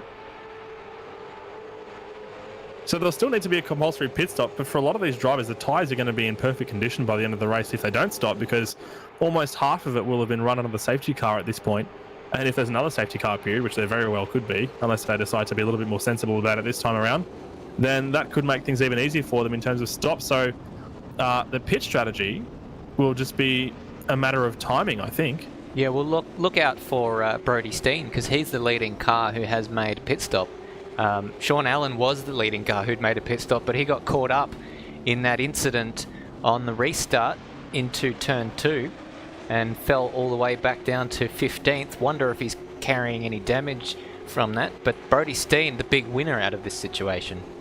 I think Alex Cuttle, did he make a pit stop as well? I can't even remember. I need to start making notes of these pit stops. Well, I didn't see it. I haven't written it in my Brap notebook. certainly did, and he's sitting 10th at the moment, so he's a good beneficiary of this as well if the field stays this bunched up for the rest of the race. Yeah, it's not showing any pit stop for Alex Cattle on my screen, whereas it is for Brody Steen. So Brody Steen is probably sitting in the catbird seat right now if he can keep it on the road and stay out of trouble. Still no word on whether the safety car is going to be in this lap yet or not. It does seem to be pulling away from Thomas McMillan, just marginally, but it is hard to tell at the moment. Yeah, it kind of pulls away and then everyone catches back up to it again. Safety car in this lap. All right. We are going to get racing again, and Thomas McMillan is going to have Ethan Warren all over his mirrors. Can he get the jump?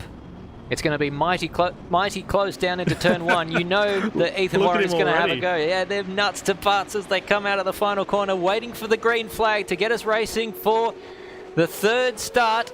And look at them, pump drafting all the way down. Thomas McMillan goes straight down to the inside, but Ethan Warren is going to try and drive around the outside of him. Thomas McMillan has positioned his car perfectly. Look at Dayne Warren trying to cut up the middle. Perfect defensive driving there from Thomas McMillan as they all bump and budge their way through turn 2.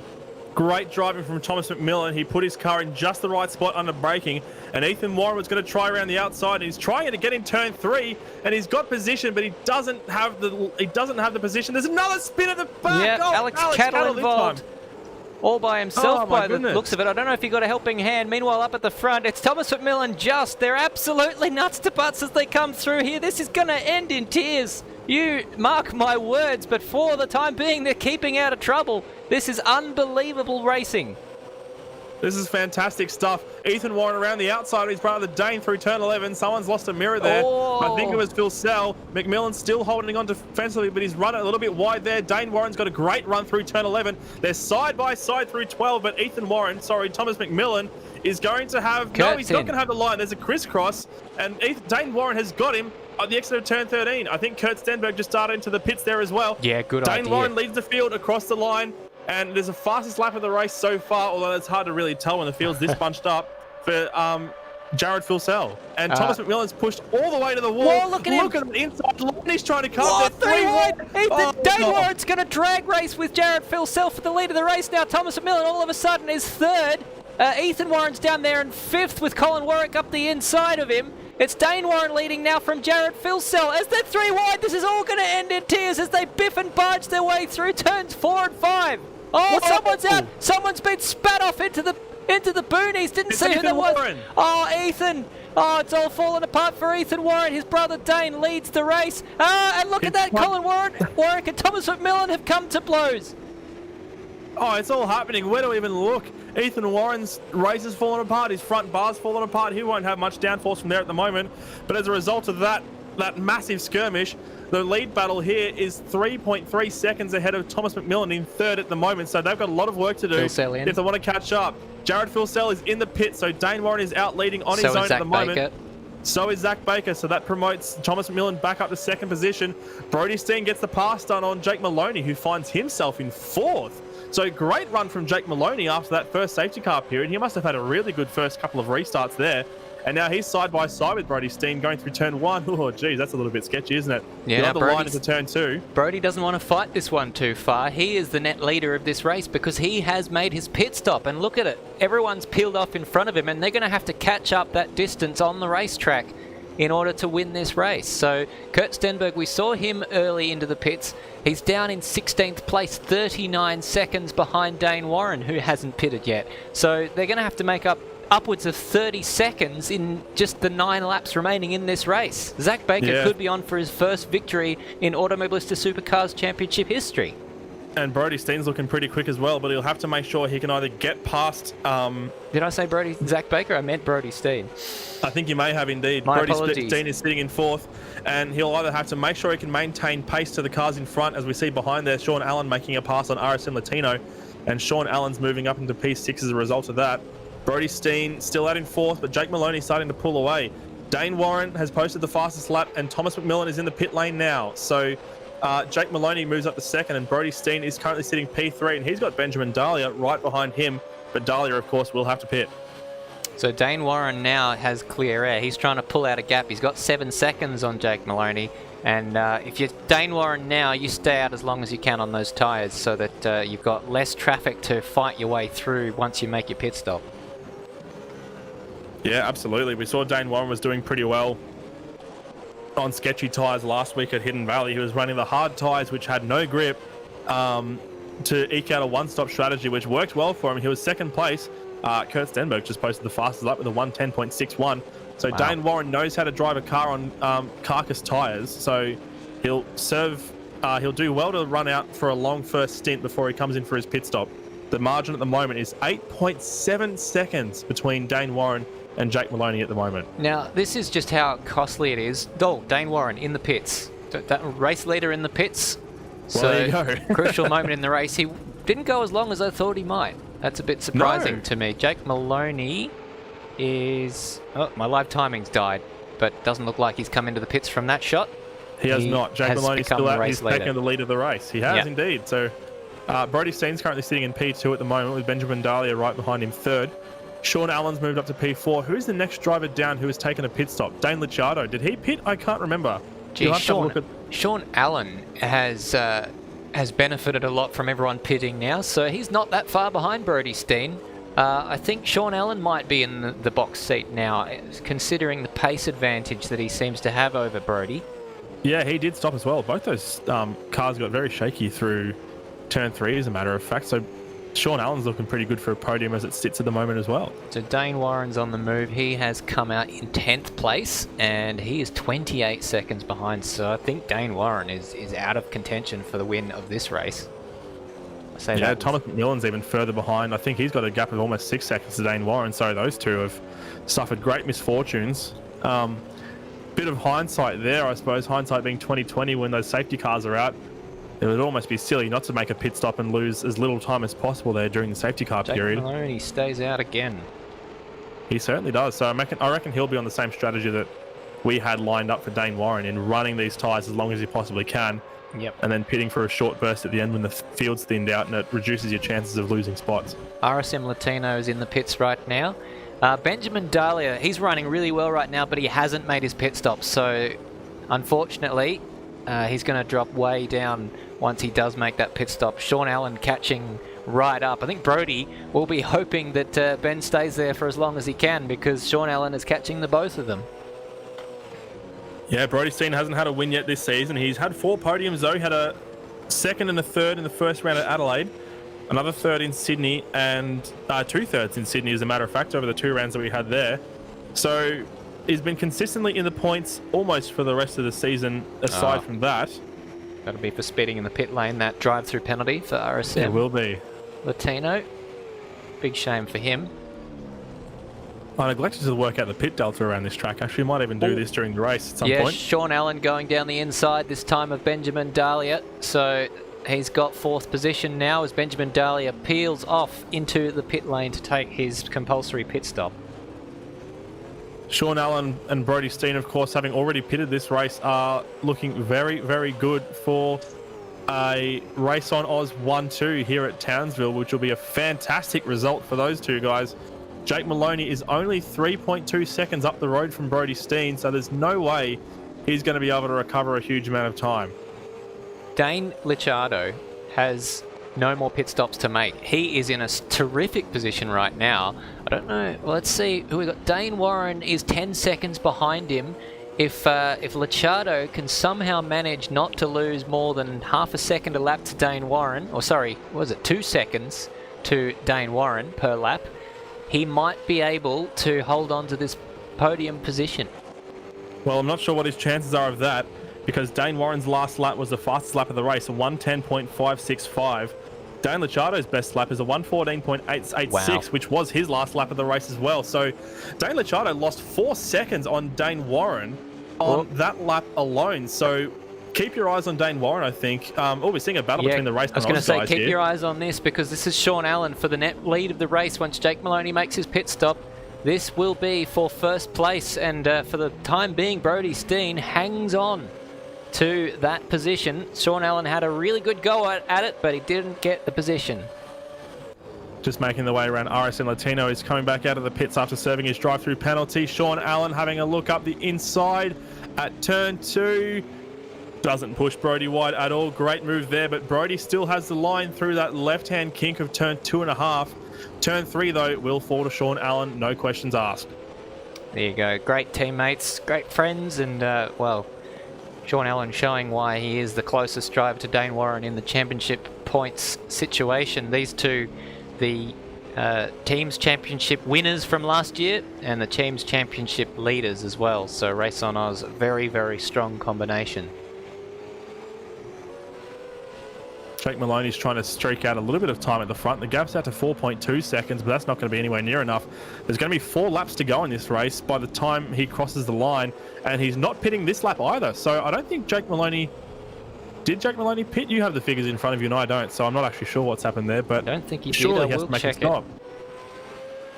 I also want to keep an eye on where Dayne Warren is, because he's caught up to the back of Steve Warwick, and Dane Licciardo will be the next car up the road. So you saw he was catching by 4 seconds a lap, and he's now got the crisscross, and Dane Licciardo is the next car up the racetrack for Dayne Warren. So it looks like he's going to salvage a podium out of this race.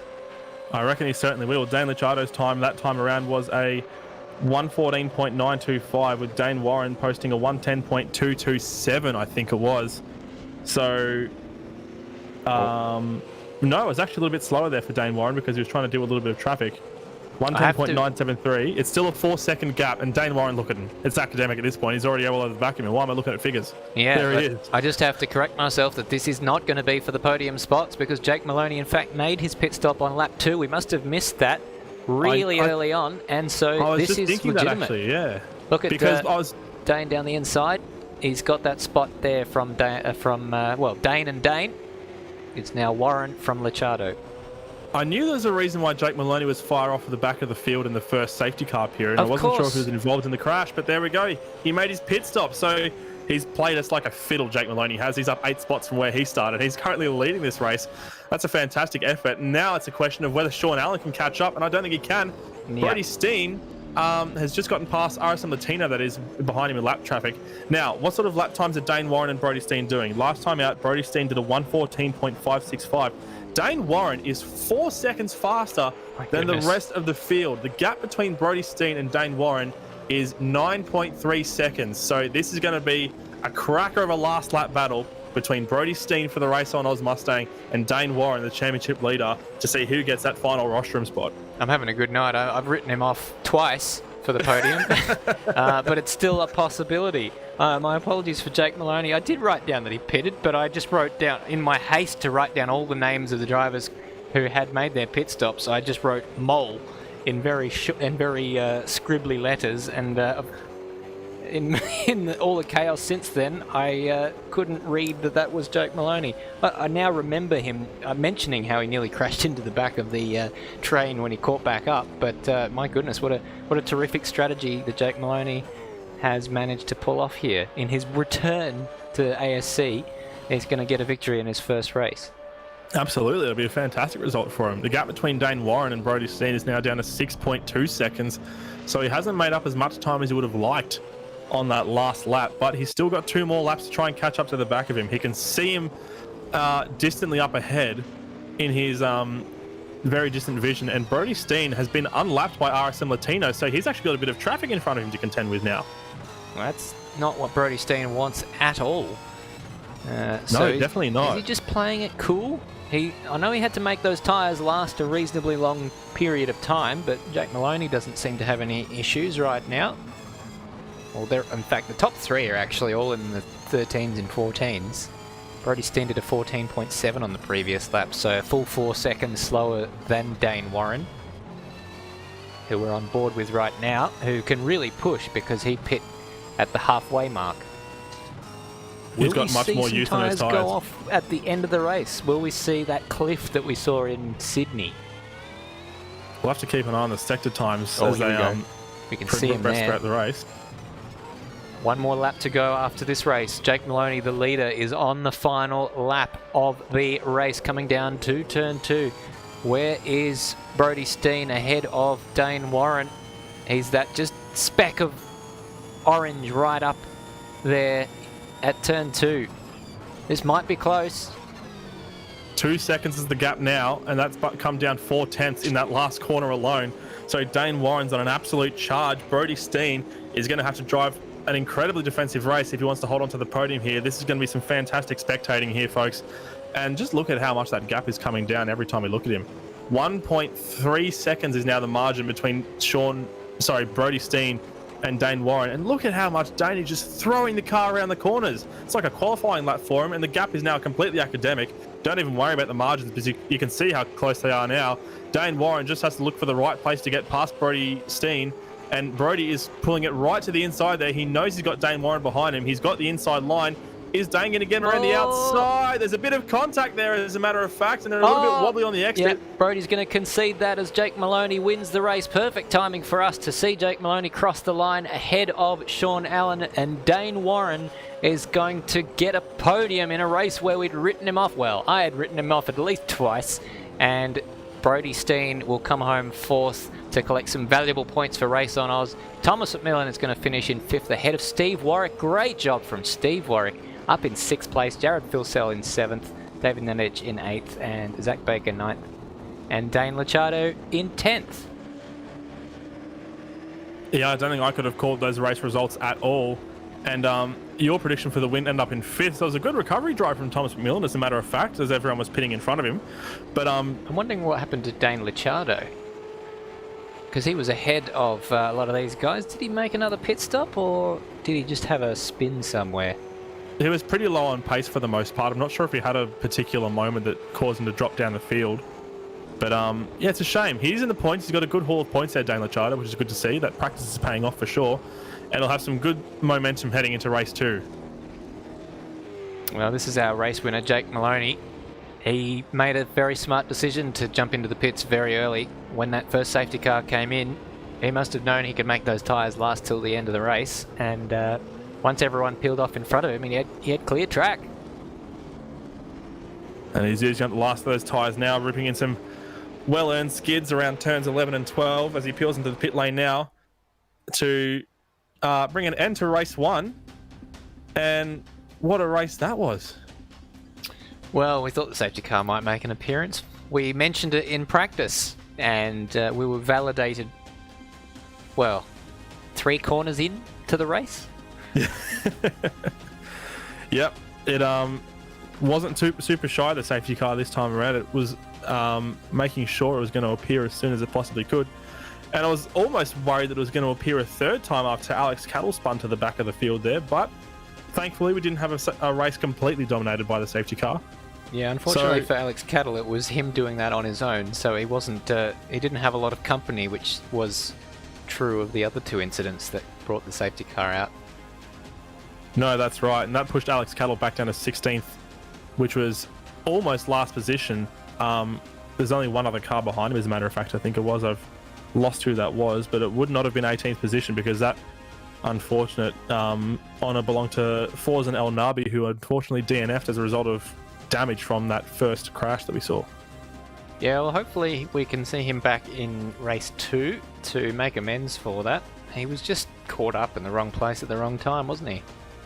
Yeah, he certainly was, and it's very unfortunate. It'll be good to see him back on the track if he does come back out. We will have qualifying for race 2 happening very, very shortly. You can always support us on patreon.com/Apex Reelwing. It takes a lot of effort and a bit of money to get these sort of streams running, so any support you can give us is appreciated. And follow us on Facebook at Automobilista Supercars Championship to stay abreast of when the schedule's coming out. We'll let you know when Bathurst is happening as soon as we figure it out.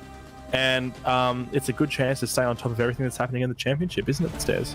Most certainly is. We can't wait for that Bathurst race. We're going to have a big commentary team. Yourself, Madbird, Bagsy, and Michael Zalavari, the full team.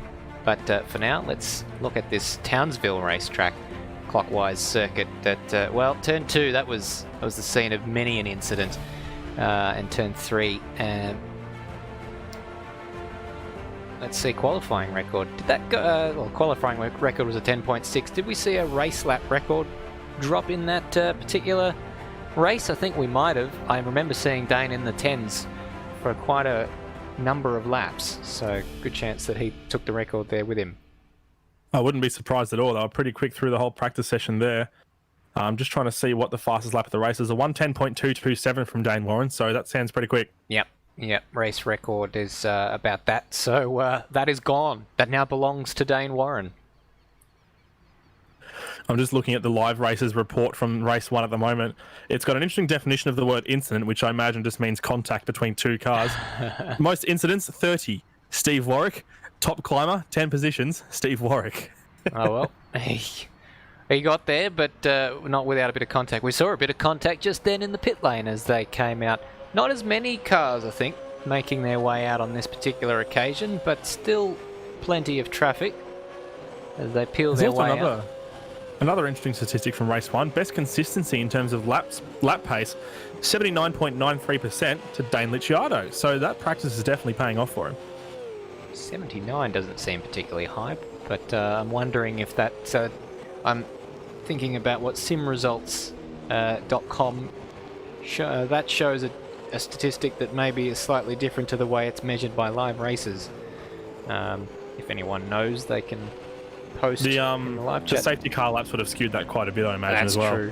That's true. I think maybe that live races counts the safety car laps, whereas if you plug the results into sim results, it actually discounts any laps that are outside of 110% of the regular laps as outliers, and then counts your consistency based on those laps, if that makes sense. Well, all the drivers in the field had the same amount of safety car laps to deal with there, so for Dane Licciardo to be able to have the most consistent results in terms of lap times is a pretty good showing from him, and as a well-earned 10th place there after a not ideal qualifying start for him. He'll be hoping to get a little bit further up, and I suppose single lap pace and race pace are two very different things, aren't they, Says? Most certainly is. You can see some real stunning laps from to get pole position, and then they go nowhere in the race because they don't have the consistency. Dane Licciardo, we saw him doing quite a number of laps in the practice session, so his race pace seemingly pretty good, although a late issue dropping him down the field. But these safety cars, they give you an opportunity for an unusual result, and we definitely saw some people with opportunities in that race that might not have had those otherwise. That's certainly true. I'm just having a look at the sector times at the moment. Kurt Stenberg was the fastest. Dayne Warren was actually the fastest by a long shot through his first sector. As it stands, Kurt Stenberg is currently the quickest through the second sector, but Dayne Warren's a little bit further down the track. As it stands, he hasn't actually come up to the second sector split just yet. He's only just passing it now.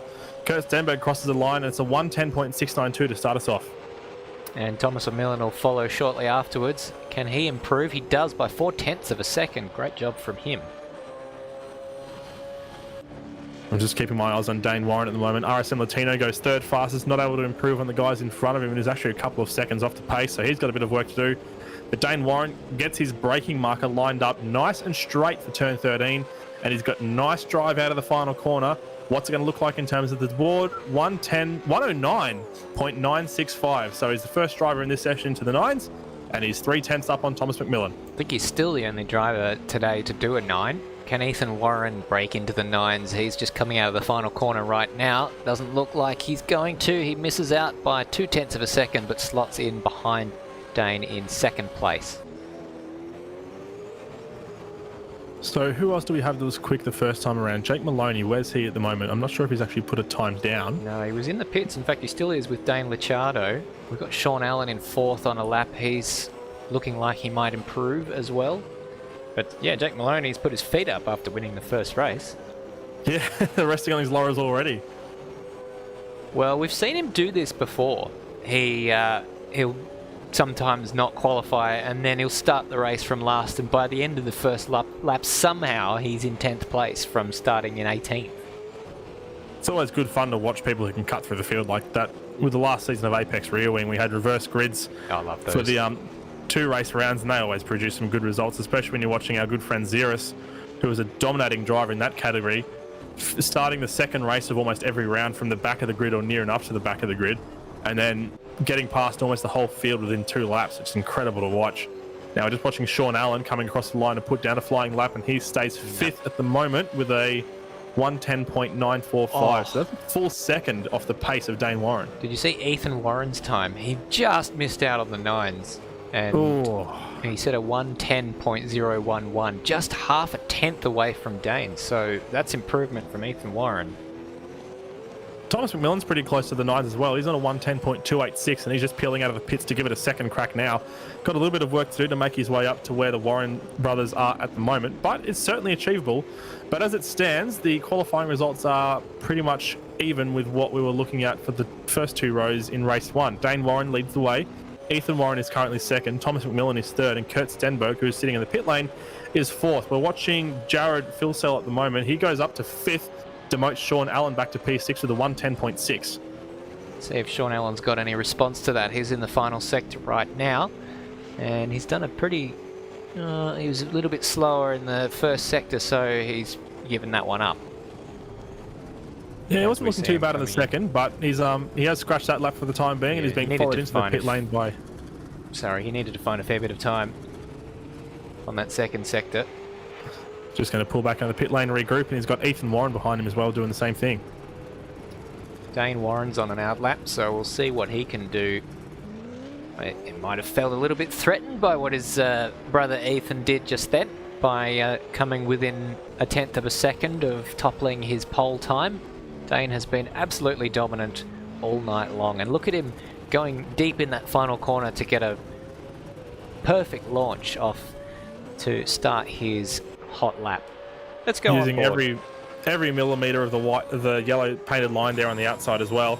As we go on board, he jumps on the anchors about 150 metres out of turn 1, uses every single inch of the road he possibly can. He's right up next to the wall at every opportunity. Look at that. That's incredible racing line that we're seeing there from Dayne Warren, and he does it again on the right into turn 2. And this is such a good angle. He uses all the curb. This guy really knows where to position the car at every single point on the track. He is down by 1/1000th of a second, folks. That's a lot of time that he may have lost there, relatively speaking, for Dayne Warren off that turn 5 curb, as a matter of fact, because he had 2 wheels up in the air for quite some time. But the second sector split is there, and he's down a 1/10.5.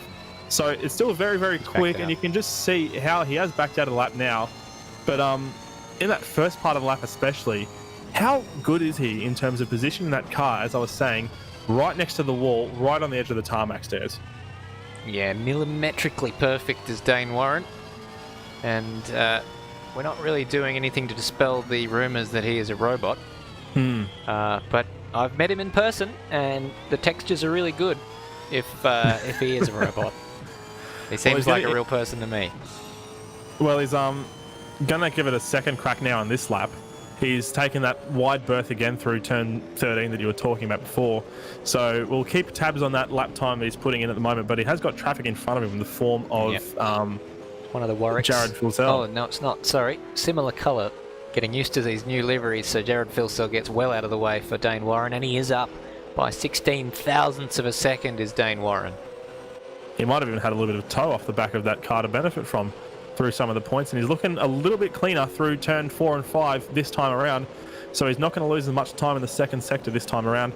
He's pretty much got his car fully on the concrete siding there on the run into turn number 7, and he's up 0.071 in the second sector, so he's looking to improve by just a little bit and make that pole position time for Ethan Warren just that little bit less achievable. Ethan Warren, meanwhile, looking not able to get any improvement on his current time as it stands, but he still has time to put down another lap time or 2. I think Dayne might have backed out of this lap too to get a better run on the final lap. because he ended up with a 1:11. I think he got a track cut on that lap He did. because the time didn't register. So that's a bit of a free kick for Ethan Warren. But as you said, Ethan Warren wasn't improving on his lap either. So we'll have to see what he can do as he comes around the final corner to complete that lap. And he's got a little bit of traffic ahead of him if he wants to do another lap, but Brody Steen might give him a bit of a tow. And it's a 1:10.028. It's not a terrible lap. Dayne Warren's up. Only 0.017 off his personal best, so he's very, very consistent himself. He didn't get a perfect run through turn 13 that he would have liked to start a flying lap like Dayne Warren's been getting, so I'm not sure if he's going to be able to improve.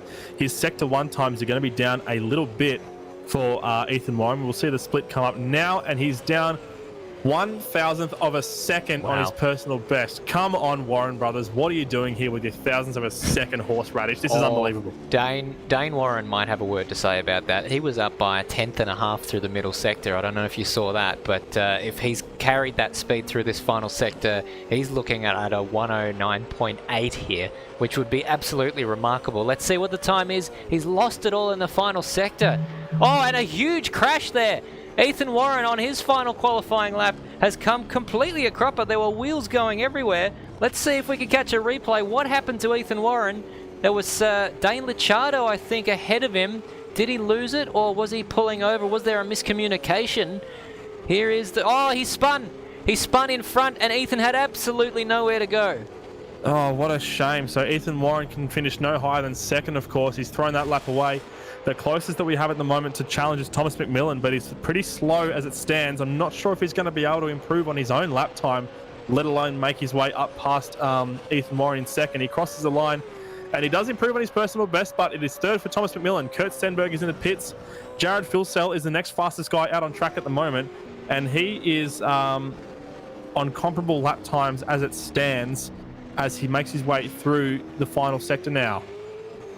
Let's see what the time is for Jared Filsell. Dayne Warren has come in as well, so he will have no further improvement. Let's see what the timing sheets say for Jared Filsell as he makes his run to the line. It's an improvement. He finds 0.2 of a second and displaces Kurt Stenberg off the second row. Jared Filsell will start this race in 4th place. I'm not sure if there's anybody else out on the track at the moment putting down flying laps. I think every single driver has now finished their runs. So we're just seeing Colin Warwick and David Nenadich out on track at the moment, but they won't be able to improve. So we have a grid for race 2, ladies and gentlemen. Dayne and Ethan Warren will be starting 1st and 2nd apiece on the front row. But for the second row, Thomas McMillan will be lining up alongside Jared Filsell, which is a great result for him, promoting Kurt Stenberg, or demoting Kurt Stenberg back to 5th next to Shaun Allan. Just looking at the sector times to see whether Ethan Warren would have improved on that lap. Where he had that collision with Dane Licciardo. But he was pretty fast through the first sector. The second sector, though, was probably going to be the problem. He was... Yeah... Actually, he was not too far away. 16.2. And I'm just looking at Dayne Warren's times. I think his fastest middle sector was a 16.3. So we might have missed out on a stunning lap from Ethan Warren there. What a shame. If he does well in these last couple of races and appears in the commentary box for some comments later on after race 3, we may even have to have a chat to him about it. We'll try. He's a bit shy, sometimes a bit difficult to get hold of. But, well, let's see what happens in race 2. We're going to take Thomas. Sorry, go on. I was about to say, Thomas McMillan has shown that you can flip the qualifying results on their head on the first couple of corners there, making some very brave manoeuvres. Maybe Ethan Warren will find some inspiration there. Not wrong. Looking forward to seeing how he starts in race 2. Let's take a quick break, Matty. On the other side, we'll bring all the action from race number 2.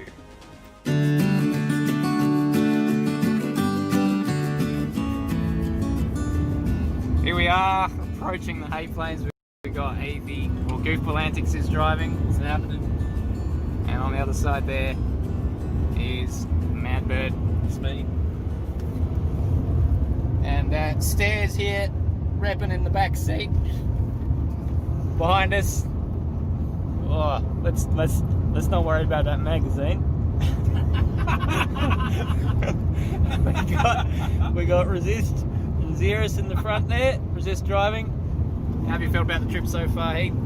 It's been good. It's a bit of an early start. It's nice and cool in here, and that's all that matters. Good company. Yeah, it's a pretty hot day today, isn't it, Mad Bird? Feels weird being a passenger in my own car. We're 6 hours in, about 7 hours to go. See you in Bathurst. Oh my goodness! How are you feeling after that turn there, Heath? Or that not turn, but that truck turning? Truck turn. Yeah, that looked like it unsettled you slightly. Are there any cucumbers back there stairs? Because that'd be the only thing cooler than the right now. Oh, he's done it. Nah, this coke's pretty cool. What an absolute legend. So we're on the way to West Wyalong. We got assorted snacks with our walkie-talkie, and we don't have a rubbish bag. Do we, Stairs? No. I appreciate it. We don't have a rubbish bag. That was an oversight. So the marching order is the same as before. I believe Phil is still driving in the other car. Yep. We're about 400 k's now from Bathurst, and it's all looking very exciting. I'm very keen, and I'm really happy that Alistair has these very loud walkie-talkies. Fuck. Do you want to check in with the other cars, see if they've got anything to say to the other? Oh my gosh. Mad car to Fabmobile, do you read?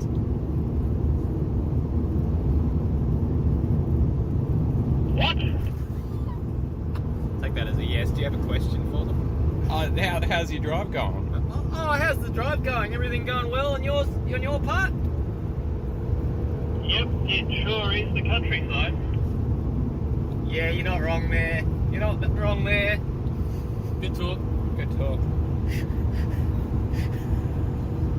Anyway, good talking to you. So that's about it. We're on our way, and we'll be in Bathurst this evening. I'm very excited to stretch my legs. Yeah.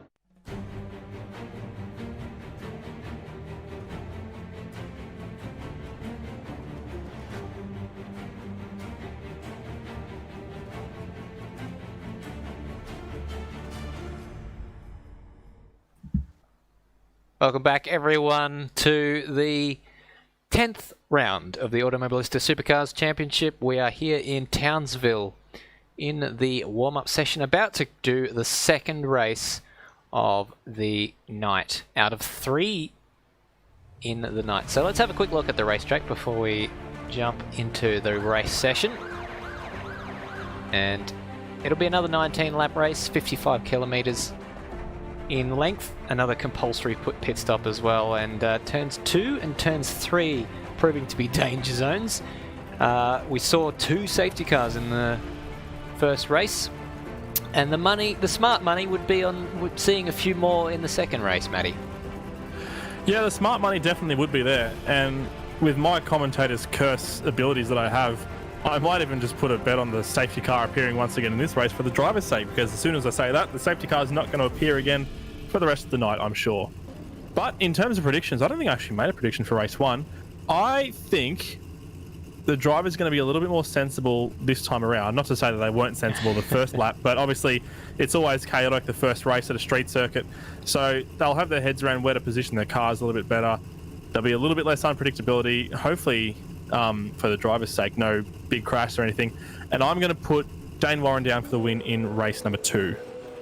Dayne Warren, well, he's just taking off from pole position as we speak. and he will lead them down to turn 2, and turn 1 is the proper braking zone, the first hard stop of the lap. Matty, do you want to take us through the rest of the grid? So it'll be his brother Ethan Warren lining up alongside him on the front row of the grid in P2. Behind them, Thomas McMillan, after a great run and a show of form in the early stages of race 1, he'll be looking to replicate that in race number 2 with Jared Filsell starting alongside, having a great result there in qualifying P4. Kurt Stenberg will be starting from 5th on the grid next to Shaun Allan, who was just narrowly beaten there. No, Shaun Allan did make the podium last race, didn't he? It was Brody Steen who was beaten. So Shaun Allan, our second place getter last time out, will be starting from P6 for race number 2. Zach Baker for ZB Racing in the Mustang will be 7th, next to Colin Warwick for the Warwick Racing team in 8th. David Nenadich, who had a shocking run in the first race with 2 crash involvements and a drive-through penalty, will be starting from 9th here, looking to reclaim some of that fortune. In front of Brody Steen, who was just beaten at the last corner there by, in the last lap, I should say, by Dayne Warren and finished 4th. He'll be starting 10th for this race. Benjamin Dahlia, who's currently having a great run in the Super 2 series, will be 11th on the grid, lining up next to RSM Latino, the Super 2 Championship leader as it stands at the moment. He starts 12th. Alex Cattle, who had another unfortunate incident in race 1, will be starting 13th. Steve Warwick, who made up 10 spots in race 1, will be starting from 14th. Brapp will be from P15 next to Dane Licciardo, who's been showing some good consistent lap times, trying to get comfortable with the Townsville circuit, but he'll be 16th after an unfortunate end to his qualifying session. Jake Maloney, our race winner, not super flash hot in qualifying apparently, starting in 17th. Not sure what's happened there, but we know he's quick because he was, of course, the winner last time we raced around here about half an hour ago. And that is the grid. We've only got 17 cars this time out, and they're lined up now, ready to go, Stairs. Yeah, Jake Maloney didn't set a time in qualifying, so he'll start from the back, but the lights are on, and Ethan Warren versus Dayne Warren. It's Ethan on the left and Dayne on the right, and another good start from Thomas McMillan behind them, who looks like he's going to try and slot in between. Who is going to win that drag race? It's 3 wide as they make their way down to the first braking zone. And on the inside, it's Ethan Warren. We've got someone getting all sorts of out of shape behind. 3 wide through turn 2. Who comes out the other end in the lead? It's Dayne Warren by a nose. It's Dayne Warren by a nose. Oh, Ethan Shaun Warren Allan up the inside. Shaun Allan is round. He's been crashed into by his teammate, I think. And Jake Maloney trying to find his way through. We haven't got a safety car yet. There's no yellows. Not. So we had I saw a flashing yellow on my monitor. I thought it was a safety car, but I was wrong. So false alarm, folks. We're still racing at the moment. Dayne Warren is still leading.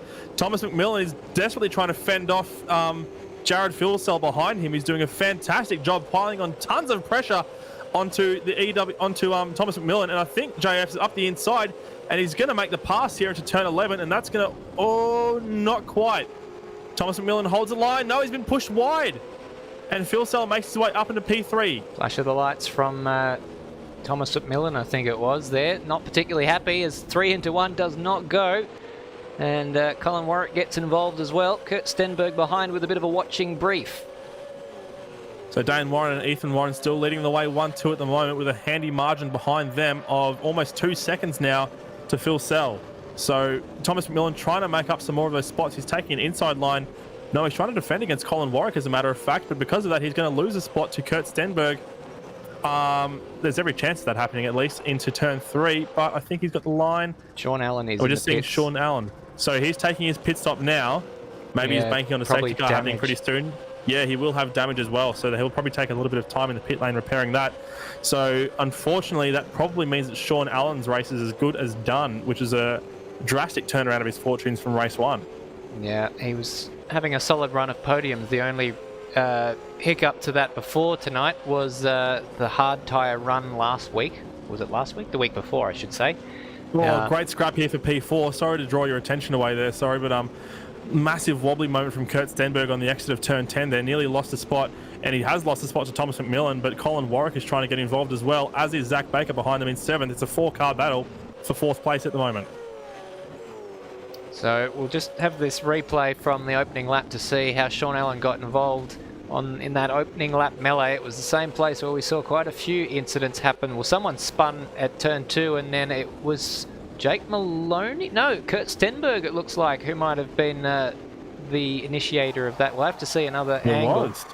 We might have to come back to that as we go back to live pictures. So Thomas McMillan currently trying his best to hold off. Oh, Colin Warwick's in the fence behind them. So Colin Warwick's lost 2 spots immediately. And that's put the Zach Baker Racing Mustangs of Zach Baker and David Nenadich line astern in P6 and P7. Now Jake Maloney is up into P8, so he's having a great charge. He's up 9 spots already from where he started. And oh, there's a huge crash from Thomas McMillan. He's in the fence, and that's given that spot to Kurt Stenberg.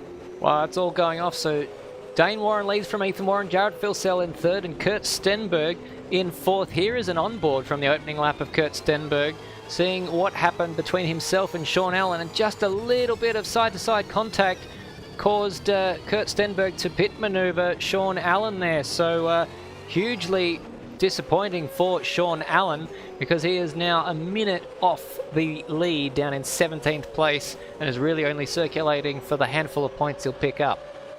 Speaking of the lead, Dayne Warren's very close to his qualifying lap times, 1:10.163. He's posted the fastest lap of the race, and that is most likely a race record, being absolutely smashed by Dayne Warren on lap 3 of this race. Yep. Meanwhile, behind we've got Kurt Stenberg and Thomas McMillan going side by side into turn, is it 3 or 2? That would be 3. Turn 3. They look a little bit the same sometimes. So Thomas I think you McMillan, can tell it's turn 3 because you got that massive bump on the exit. both the ZB guys bouncing off those curbs, and these guys are 10 seconds behind. Jared Filsell's got the racetrack almost to himself. Yeah, it's a very lonely third at the moment for Jared Filsell. It's a good chance for him to test his race pace over a long Thomas stretch. McMillan's been bounced off the inside wall and into the outside wall. He is out of this race. The wheel went spinning into the fence, and that is all she wrote for Thomas McMillan.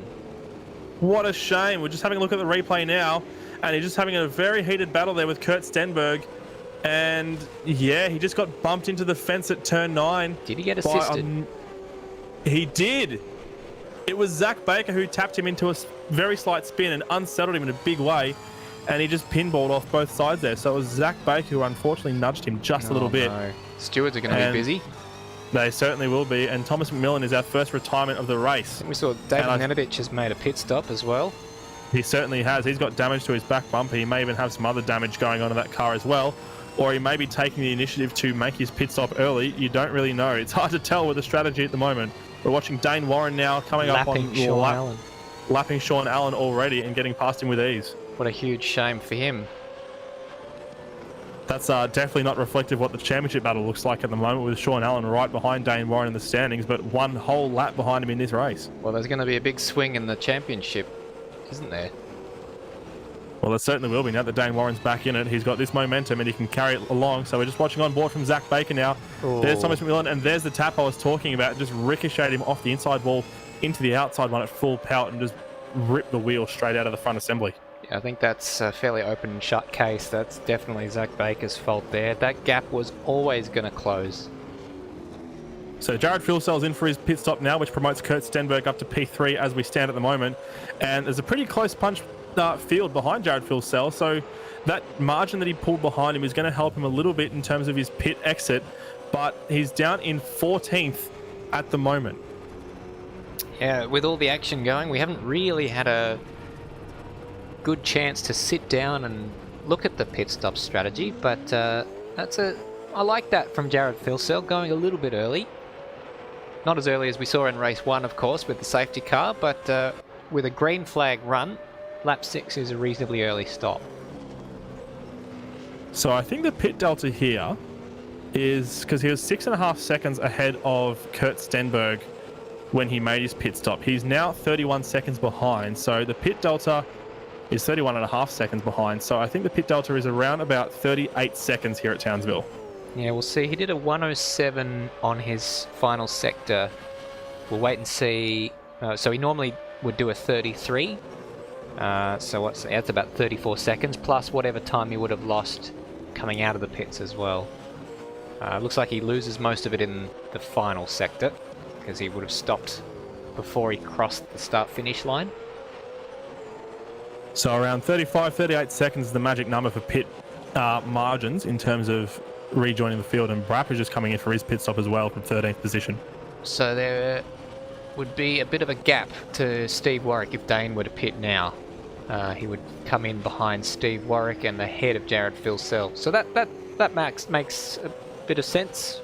38 seconds or so, what you said, means means Dayne Warren would come out with about the same gap as what it was before the pit stop for Jared Filsell. He'd have a couple of seconds of clear air in front of him as well, which is always a good thing to have when you exit the pit lane, so you can get your fresh tyres, make use of them immediately, and put down some really fast lap times so that when the rest of the field pits in front of you, you can leapfrog a lot of them and get the undercut, as it were. And we're just watching Zach Baker now trying to make his way around the outside of Jake Maloney, who's up into 4th position now. Yeah, that's happened. He does it. We don't even notice it. He started this race in last, and he's 4th now. Up How did that 13 happen? spots from where he started. This is unbelievable from Jake Maloney. And if that's not a testament to how quick this man is, I don't know what is. He's doing his best to hold off Zach Baker at the moment behind him for 4th position, but he's still yet to take his pit stop, of course. That's how he's been able to make his way all the way up there. And, or rather, none of the guys in front of him have pitted either. Yeah. So this hasn't happened because people have been pitting. This has just No, happened. that's what They haven't pitted yet. So this is legitimate position. he's just so fast. I want to look at his recent lap time. So Jake Maloney's last lap was a 1:11.598, and the only person behind him in the field who's done anything quicker than that is Jared Filsell, who's currently sitting 13th. Crazy. So he's just that much faster than the rest of the field who's now behind him, and he's that good at being able to find spots in traffic to get past people. He knows how to overtake on street circuits, and that's a virtue for sure. There's a lot of interesting... Dayne Warren is in the pits now. Ethan Warren's going to assume the lead of the race, and I'm just going to take a look at the pit lane entry to see if anyone else is going to be coming in anytime soon. Yes, we have one of the Warwicks. I believe it is Colin Warwick who's coming to the pits as well, and not many other people for the time being just yet. So, timing is showing Colin Warwick, Kurt Stenberg. Is that right? Alex Cattle's just jumped into the lane as well. Alex Cattle as well. So now we are having quite a few extra pit callers now. So Dayne Warren, Kurt Stenberg, Colin Warwick, and Alex Cattle taking service on this lap. Dayne Warren comes out in 8th place, and it looks like he's going to slot in just behind Steve Warwick. Which is pretty much exactly what we called. Maybe a little bit quicker than we might have been expecting, as a matter of fact. So he's going to have to dispatch Steve Warwick as soon as he can, and he may even do it on the run into turn 3 around the outside. Yep. And Steve Warwick knows it's not his battle to fight and just gets out of the way for him. Well done there. So we are seeing Ethan Warren now make his pit stop. So he's going to now concede the lead of the race to Dayne Warren. Gap before the pit stops was about 2 or 3 seconds, I believe. It may even come down a little bit because of the brief amount of time that Dayne Warren spent behind Steve Warwick. So maybe it'll be a little bit closer on the exit between the two Warren brothers. He's just been demoted to 2nd, so Jake Maloney, once again, is going to assume the lead of the race, but he still has a pit stop to make this time around. We'll make that clear. Zach Baker in 2. And RSM Latino and Benjamin Dahlia follow suit, as well as Dane Licciardo. And who else do we have coming in? No one else Ethan's yet. on the move. Dane's just coming down the start-finish straight now. So here is Ethan. He's just getting up to speed. There you see Dayne Warren flick through the shot, and the gap is going to be around about 3 seconds by the looks of it. So it's actually come out quite a bit from where they were before the pit stop. So Dayne Warren's pace has been nothing short of phenomenal in those last few laps. And now Jake Maloney is leading the race, so he's opting for a similar strategy to what we saw early on in race 1 from him, although in this case we're actually only 10 laps in. What did he do? 14 laps on his own. Sorry, no, that's not right at all. What am I talking about? He's in the pits now. We thought that was the strategy he was going for. He actually pitted on lap 2 last race. So He did. He took advantage of the safety car. He is in the pits now, though. And there's really no bad time for Jake Maloney to take his pit stop, because even if there is a safety car straight after, well, that's a good thing, because it means most of the other cars are going to come in and pit, and even if they don't come in and pit straight away, he'll be able to scythe through the field with relative ease, because that's just something he's very, very good at. Brody Steen has also made his pit stop, so I was watching him because he would have taken the lead. 109.992, fastest lap from Dayne Warren. He's the first race lap we've seen around here in the 9s. Wow. That is absolutely a lap record that's been demolished. So Jake Maloney on the move now.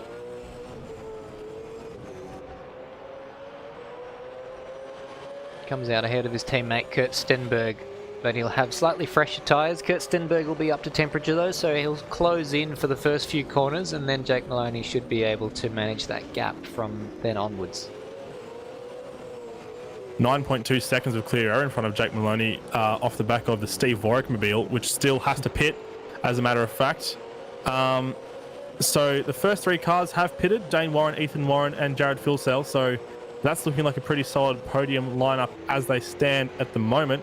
And Jake Maloney, the most recent pitter, is 13 seconds behind Filsell. So that's a huge gap between those guys. Yeah, we mentioned that Filsell had a fairly quiet, or has had a fairly quiet race. Now Jake Maloney is coming under a bit of pressure here from Kurt Stenberg, taking a little bit longer than I thought he might to get those tyres and brakes up to temperature.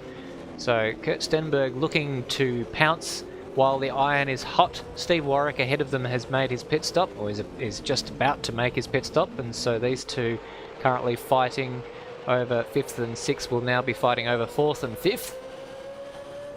He'll get a tow down this straight, will Kurt Stenberg. There might be a bit of an opportunity down at 2. Yeah, he's got a really good run on the run into 2. He's going to have a look, but there's just not much he can do. I'm almost wondering if Maloney's outbraked himself there. Only marginally. He's still got the position through turn number 2, and there won't be a huge amount of moving and shaking that can be done into 3. So the battle will stay as it is for the time being between those 2 teammates. So it looks like most of the pit stops have shaken out now, with Steve Warwick the only driver to pit on that lap. So Dayne Warren leads from Ethan Warren. Jared Filsell rounds out the podium, and these two fighting fiercely over 4th and 5th place. Yeah, this is proving to be a great battle now, and Zach Baker's looking up the road, licking his lips because he's got clear air in front of him, and he'll be looking to reduce the gap because these two will be too busy squabbling. Kurt Stenberg's having a look at the inside now, and Jake Maloney gives him a lot of room, and he's going to go for the undercut, as a matter of fact. I think Kurt Stenberg may have outbroken himself, and he certainly has. So Maloney's up into 4th once again, and he's going to hold that line. Is he through turn 13? Yes, he is. So great little interchange there between those two, and that just gives Zach Baker an extra few tenths up his sleeve to catch up onto the back. Yeah, he's got 6 laps to catch them, mind you. You can see him behind. Well, he'll be hoping they trip over each other. This is the view from Zach Baker. As you can see now, Kurt Stenberg going down the inside of Jake Maloney once again, and he gets that position. Zach Baker was probably hoping that that would be a little bit less clean than it was, but a great job there from Kurt Stenberg. Now that Kurt's in front, what can he do with it? Can he take advantage and streak away and pull a bit of a gap behind him, or will he be hounded by his teammate for the rest of the race? Only time will tell. We know Jake Maloney is very, very quick, of course. He won here in race 1, but that'll be a battle to keep our eyes on for sure. And Zach Baker, he hasn't been able to gain as much as I would have thought due to the guys battling in front, so I think he's just going to be pretty content with P6 for the time being, at least. Yeah, he took a couple of tenths out of them on that lap, but you would have hoped that it would be a bit more, considering that they were side by side for a fair chunk of it. This is the onboard. This is the view from Jake Maloney looking forwards at his teammate Kurt Stenberg. I think Jake Maloney might feel that last year he was robbed. He was looking like he was a dead cert to win the race last year, and he's made that right tonight with the win in race 1. And he's not giving this one up without a fight either. He's still all over the back of his teammate, Kurt Stenberg there. So this battle is far from over, folks. So this is the closest battle on the racetrack, and well, 4-second gap between the 1st and 2nd place, and then 7 seconds between 2nd and 3rd. These guys are further 12 seconds behind. You say that, but there's a really good scrap happening for 8th position at the moment. David Nenich is doing his absolute best to hold off Brody Steen in the Mustangs. All right, we might keep an eye on that one then. Here is that battle. There's a few other guys pairing up as well. The 2 Super 2 front runners, RSM Latino in 10th and 11th, are pretty close as well, but this is a great scrap here that we're seeing between the Mustangs as they go through turn 10 on the run down to 11. Brody Steen, he's going to have a look, but he's just too far back. He's not going to be able to do much. He's going to have a look at the undercut there. It's a good spot, turn 11, for the crisscross maneuver, I've noticed in the past few races, so that might be a trick that Brody Steen will want to keep up his sleeve for the later stages. Oh, he's had a good run out of turn 13 there. Brody's going to get up underneath him. There's a bit of a bump. David was chasing him across the racetrack there, and then Brodie has to slot in behind. So I wonder if the gearing is a little bit different between them. I'm trying to remember if they can set individual gears in these cars. But this time, David Nedevich is going to dive down the inside at turn 2, and Brodie is going to get barged out the way into the wall. They're still side by side. They're doing a tremendous job here. David Nedevich is going to go a little bit deep and allows Brodie Steen up under. Oh, there goes the wing. There goes the mirror.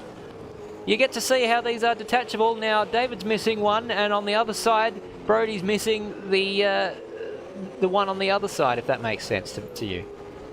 Put them together and you've got one whole set of mirrors, which is which is definitely what you want. So there's a bit of plastic composite mirror floating all over this track at the moment. It's par for the course for the street circuit, I guess, with all the sort of standard biff and barge. Very defensive line there from David Nedevich trying to hold off. We're just looking back at the battle here for 4th place. Yeah, I thought Kurt Jake Stenberg might have a chance here with the slipstream down into turn 2. He's having a look, but he just can't get it done. He's just a fraction too far behind Kurt Stenberg. And it's great to see this battle isn't going anywhere at the moment. Kurt Stenberg has pace, but so does Jake Maloney, but he just can't get past his teammate. I just love that they both have the opposite mirrors, David Nedevich and Brodie Steen. You can see where they've hit each other, basically, as they managed to muscle their way through somehow turns 4, 5 and 6 without binning each other. I'm just waiting for Brodie Steen to pull up around the left-hand side of David Nedevich, and they'll both knock the rest of the mirrors off and streamline each other. These two teams, the highest placed in the teams championships, because they're two teams that are both represented by two very strong drivers. I say that, of course, Trans-Tasman Racing have lacked Jake Maloney for most of this year. Were it not for that, I have no doubt that Trans-Tasman Racing would be fighting up there with ZB and Race on Oz for the teams championships. Yeah, but Trans-Tasman Racing are having a fantastic scrap at the moment for P4. That's still going on. Kurt Stenberg still isn't able to shake off Jake Maloney just yet. And we're seeing Jake Maloney, he's trying to get that move done into turn 2, but he just doesn't have the distance, and he just isn't able to be confident enough on the brakes because he just can't catch up to the back of him. So Kurt Stenberg is doing a great defensive job, knowing where to position the car, getting great runs out of turn 13 and the high-speed corners. We're just seeing a pass here now. Brodie Steen going up the inside of David Nedevich, and he's going to lose a bit of time there. Nedevich is going for the crisscross. They're side by side in the exit of 2 there, going through 2.5 into turn 3. Nedevich will have the inside, and he'll make that pass back. Thank you very much. Yeah, I couldn't decide which battle I wanted to look at there, so we got the picture there to watch the Trans-Tasman battle while this Race on Oz versus ZB battle occurs as well. But so far it's Kurt Stenberg holding off Jake Maloney, or he goes a little bit wide there on that occasion. And they're side by side now. Yeah, they are, and that is going to give Jake Maloney a real opportunity, as Kurt Stenberg has to go very, very defensive into the final corner. And as they come across the start-finish straight, there'll be just a car length separating them. Jake Maloney hasn't managed to get into the slipstream. He's going to have to dive into the slipstream here, and again isn't quite far enough back. Meanwhile, it's side by side again between Brodie Steen and David Nedevich, and they're bumping again out of the final corner. This time Brodie Steen with the advantage, but David Nedevich is almost bump drafting him down to turn 1. They're getting properly stuck into each other, these two Mustang drivers, and not going to be a straight panel on either of those two cars by the time they pull it up at the end of the race. Brodie Steen, they both run wide! No!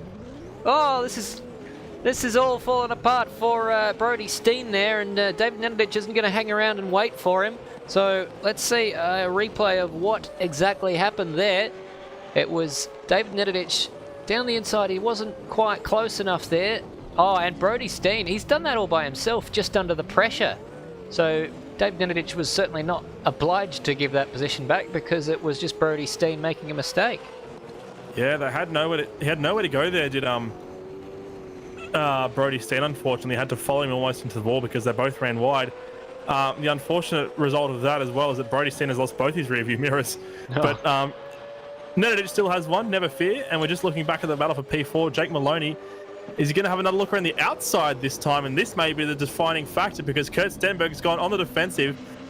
Maloney's got the pace now. Maloney has the right position. Kurt Stenberg knows it and he's trying to defend. Maloney's going to have a bit of a better run onto turn 3. Stenberg is going to have the position though, and he's going to still be Jake Maloney 5th behind his teammate Stenberg in 4th. Great defending there from Stenberg.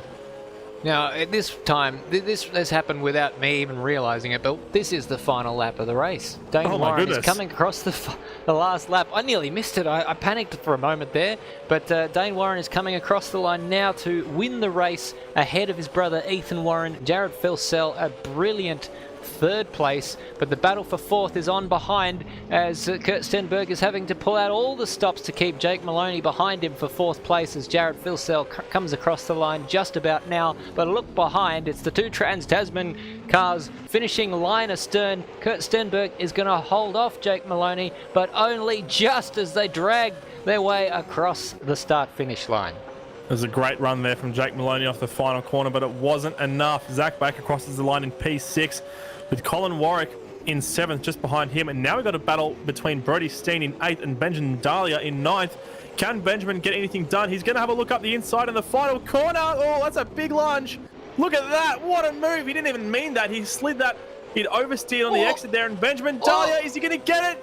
Yes. He's done it. Only just 0.028 of a second between Dahlia in 8th and Brody Steen in 9th.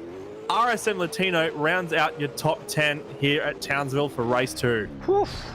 Oh my goodness. Wow, great racing there from Benjamin Dahlia, the Super 2 call-up and the current Victorian Formula Ford champion. But what a shame for Brody Steen losing all those spots after that incident at the end of the race. Yeah, what a shame indeed. But it was good to see Brody Steen finding himself in another battle at the end of the race there. Most certainly was. Woof. All right, 2 down, 1 to go. And that means Dayne Warren's eked out his championship lead once again. So we'll have to give you a bit of a point standing a little bit later on because we don't have live points in front of us, unfortunately. But rest assured that because of that result for Shaun Allan, that unfortunate result near the back of the grid there, Dayne Warren is going to be far away leading this championship now, relative terms. Yeah, it's not going to be it's not going to be a night that Shaun Allan really wants to remember so far. Wonder if he can make it right in the 3rd race. I say that, he did finish 2nd in race 1, but he was 2nd behind Jake Maloney, so no victories so far for Shaun Allan tonight. Let's see if he can do something in race 3. He definitely has the race pace, but he's just been unlucky so far. Yeah, it'll be a clean slate, of course, again, because we've got another qualifying session coming up for race 3. So this is the Townsville track once again. For those of you who haven't been following along for the past couple of hours, 2.85 kilometres. We'll have another 19-lap race to round out the evening. And it's that great... We've seen some great battling between a lot of guys into turns 1, 2, and 3. Very good hot spots for racing. And this section here is a little bit sort of flip-flop left-right. It's sort of a good test of the driver here. Now, the qualifying record has been well and truly demolished. It's not Ethan Warren's anymore. It now belongs to Dayne Warren, well and truly into the 109s as it stands. So, pole sitters that we've seen so far have been Dayne Warren, and who will it be for race 3? Your guess is as good as mine. It's looking pretty good for Dayne Warren, but you never know. Ethan Warren might be a chance. Remember that crash he had at the end of the second qualifying session? That may well have cost us a very special lap indeed. But for now, qualifying 3 is underway and Kurt Stenberg leads the field onto the racetrack, and we're seeing a bit more of an even split between cars who have elected to stay in the garage and those who have elected to take to the racetrack, as we're just seeing a few pottering out onto the racetrack now. Yeah, that initial traffic that we saw in qualifying for race 1 probably impacted a lot of guys' ability to put down a solid banker lap. So now they're just biding their time, waiting for the first few guys to get out their set laps before they go out when the in the middle of the session when things are a little bit clearer. And then I feel like look, I'm not a very accomplished racer. I'll say that straight out of the bat, but I feel like my strategy, because it takes me a little bit of time to build up momentum for a good fast lap time in a qualifying session. So I'd probably go for the strategy of just waiting for the first few minutes, coming out into the middle of the session and just setting lap after lap after lap at the end there, and just improving my time and seeing what I can do by the end of the session. Thomas McMillan's just wiped the wall on his outlap, which isn't the kind of thing you want to do. You want a straight car to start your flyer, I would have thought. not having a good time with Wars tonight, is he, McMillan? No, that it was interesting. The Thomas McMillan was a guest commentator on the Super 2 races that were on this channel last night, and I have this distinct memory of him commentating on one of the drivers hitting that inside wall. He called it, and it was the exact same incident that he ended up having tonight, although this time with a little bit of help from the car behind. You did get by with a little bit of help from your friends, as they say. Completely unintentional, that, but now I'm going to have that song stuck in my head. There are worse songs. There are certainly worse songs. Don't know how friendly those two guys are going to be after that fact, of course, but I do love a good saying. All's fair in love and war as well. And one of the great things about supercar racing is there's quite a bit of relative leeway for Biff and Barge, as we saw in that great battle between Brody Steen and David Neteditch as well in race 2. So hopefully see a little bit more of that. But for now, we've got some lap times on the board. Kurt Stenberg currently leads the way with Thomas McMillan behind him. It's a 1:10.519 so far. We haven't seen either of the Warrens there. We have Dayne Warren, 109.619. Is that a record? Yeah, I was thinking maybe a 9.8. That's what we were looking at before. 9.6? Hell. Get out Where of did here. that come from? Oh, McMillan's Wow. had an incident. He's spun off into the grass, so he'll be out of action for a little bit while he gets back up to speed. Where's Ethan Warren? Just having a look at him at the moment. He's down just under 0.2 of a second on his brother at the moment, but that's still quick enough for second place as it stands by a long shot. It He's was the throwing curb. the car around. We'll just watch the end of Kurt Stenberg's lap, but it was the curb that you were talking about in practice for Thomas McMillan. Oh, geez, he doesn't like that curb, does he? He doesn't. What does Kurt do? He's currently second. He doesn't improve. Here is the replay of Thomas McMillan over the curb, and over she goes into the wall. There it is. And that was not 3.5% mild. That was a full strength beer at the very, very minimum. That was probably getting into the double IPA category of what you can do on the turn 6 curve there. Now Ethan Warren's about to cross the start finish line as Kurt Stenberg runs wide. Warren goes up into second position with a 1:10.174, so he's half a second slower than his teammate. Oh, sorry, his brother Dayne Warren, who's now pulling into the pits. Kurt Stenberg, I don't know if it was an intentional crash or an accidental crash. Oh no, tried to turn in and then all of a sudden decided not to, so I'm not quite sure what happened there for Kurt Stenberg. I think he realised at the last minute that he'd overrun his braking marker by just a metre too long, and he had no choice but to send him to the access road, save he smacked the tyres on the exit. So Ethan Warren on another hot lap here, half a second adrift on his first attempt of the provisional pole time set by his brother, and this is not a lap that he will trouble any scorers with. Let's see what Shaun Allan's doing. He's not on a particularly good lap as well, so let's see who else we can curse by looking at what they're doing. Colin Warwick has posted that he hasn't improved either, so there we go. Yeah. Never mind. Although he was closer to his PB, he was only 16 thousandths away. Brody Steen. No. What? He's a second slower than his PB. We're not having a good time. Zach Baker's in the pits. Yep. Who else do we have? Sam Latino's up on his PB. How much longer for? But he's gone through the first sector split about 0.07 of a second up on what he's done so far. He needs to find half a tenth to displace Alex Cattle from 11th place. And we've got half the cars in the pits at the moment, the other half out on the racetrack, which is why we've got that sort of lull. A lot of the front-running cars are in the middle of that at the moment. There's a mirror. It looks like it's one of the ZB cars that RSM Latino just drove past. Well, he's still got both his on at the moment, and he's looking pretty good. Nope, he's going to the pits. Never mind. All right, what else we got? Just had a memory of one of my favourite Murray Walker quotes talking about Nigel Mansell saying, "Oh, it looks like he's slowing down, taking it easy." This, like, oh no, he isn't. It's a new lap record. Murray Walker makes me feel better about myself making mistakes. If one of the most beloved commentators of all time can do it, then surely anyone can. I feel like it's not just a matter of Murray Walker can make mistakes. I reckon they were written into his contract at one point or another. I do remember him being interviewed about the mistakes that he makes and how he doesn't make them. He just makes prophecies that immediately turn out to be wrong. That's exactly right. anything can happen, and it usually does, is what he says, and that was certainly proved in race 1 with the safety cars that we had. That threw all our predictions that we had right out the window, and it sort of paved the way for Jake Maloney to take a fantastic result there. Speaking of Jake Maloney, not even in this session. Oh, so that's a shame. He's either going to start from the back or he's not going to start at all. We've got 16 drivers in this qualifying session at the moment, so everyone who is in the server has set a lap time. Thomas McMillan's about to improve by the looks of it, and then goes 4th with a 0.2 of a second improvement on his personal best. So the curse is broken. So that'll put him ahead of Kurt Stenberg at the very least if he's able to keep that pace up around the whole lap.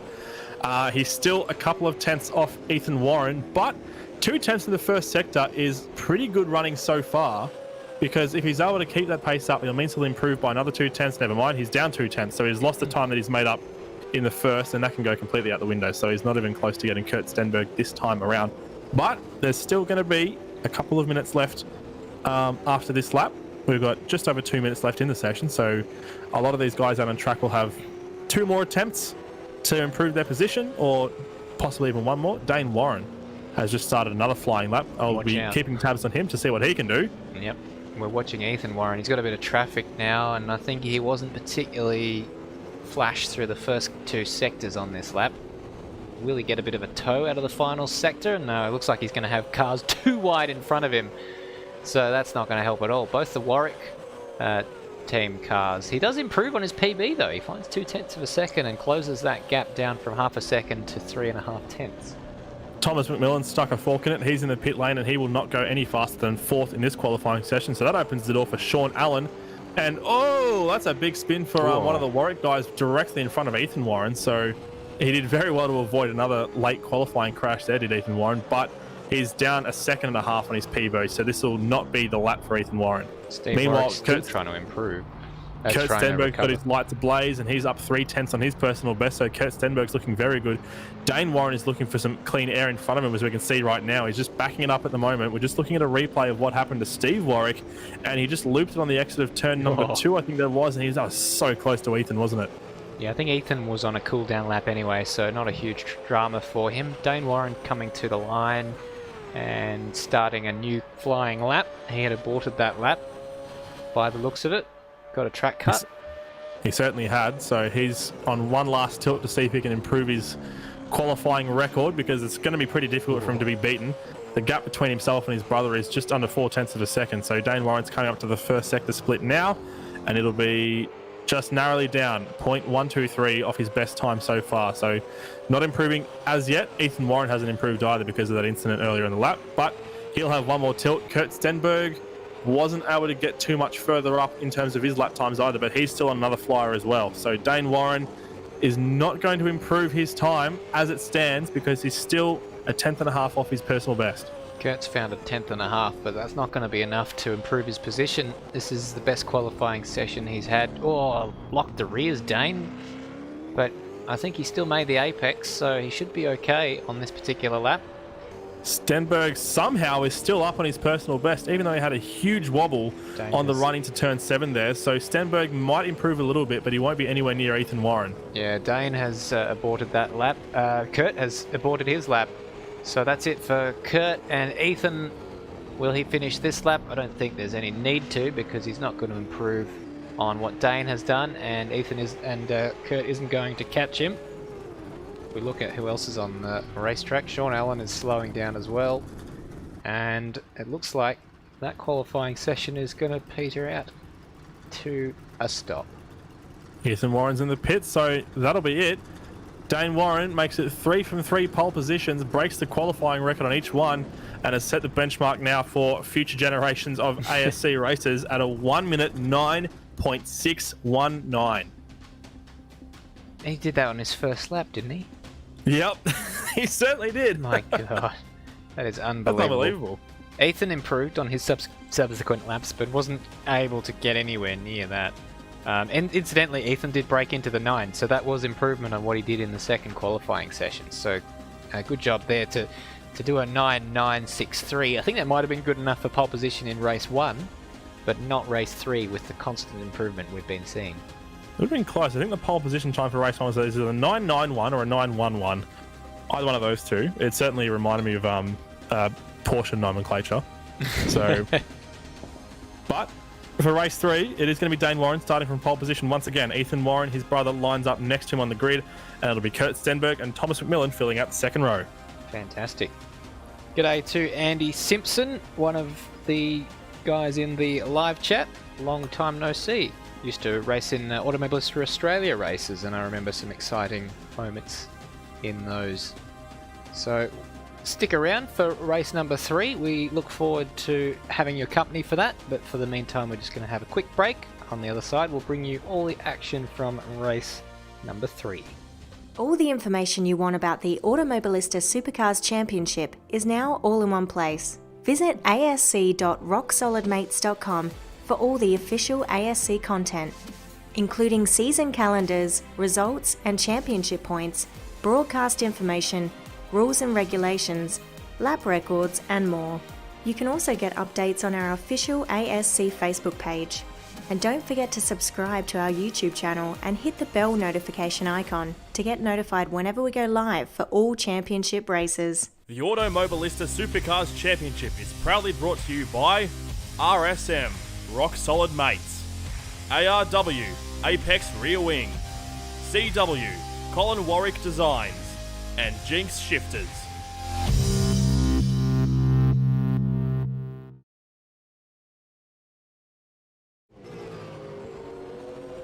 Welcome back to round 10 of the Automobilista Supercars Championship from Townsville. Glad to have your company with you wherever you're watching. Hope you're staying safe and enjoying the show. So we're just on a warm-up session at the moment. Just over a minute and a half until we get underway for race number 3 here tonight at Townsville. And now Dayne Warren has been dominating qualifying, breaking the record every session as we were talking about earlier. But he hasn't won every race. Of course, safety cars threw everyone for a little bit of a loop in race 1, which gave Jake Maloney the win. Now, Speaking of, we're just watching him now getting a practice start done, and we're just seeing a replay of him doing a practice start off the pit exit. So he is back. That's the main point. He didn't take part in qualifying, so he will start off the back, but he has returned. Yeah, he's got a lot of faith in his ability to charge through the field and finish well, and for all accounts, he certainly can. He finished 4th in the last race, I think it was. Was it 5th or was it 4th? Where did he come out in that battle with his teammate, Stenberg? I think he didn't manage to get past him. Yeah, Kurt managed to beat him, but it was a great battle between both of those two. It certainly was, but what do you think is the likelihood of a safety car reappearing in race 3? Because I'm trying to dive into the minds of the drivers as much as I realistically can with my limited knowledge of a racing driver's mind. But I almost wonder if people are going to start getting a little bit complacent in their comfortability. Comfortability, that's not a bloody word. You're inventing them. Oh, comfort around this Townsville circuit. So we may start to see some more incidents cropping up. Potentially. Well, we saw incidents in race 2. I think it was just luck that we didn't have a safety car as a result of the incident that put Shaun Allan out of the race or out of contention. I reckon that was just on the cusp of a safety car being called out. And so we had a couple of other spins as well. Not dramatic ones, but it was situations like Brody Steen, I think it was, that spun. It was Brody Steen. So there's every chance we might see another safety car, especially if it happens on the first opening laps when the field's all bunched up. And that will throw the pit strategy for a loop once again. Yeah, I reckon there's something like a 75% chance of seeing one in race 3 based on what we saw in race number 1. And as you said, safety cars breed safety cars. If we do have one, the chances of seeing another shortly after that are very, very high indeed. It's just almost inevitable sometimes with the blind corners around this street circuit.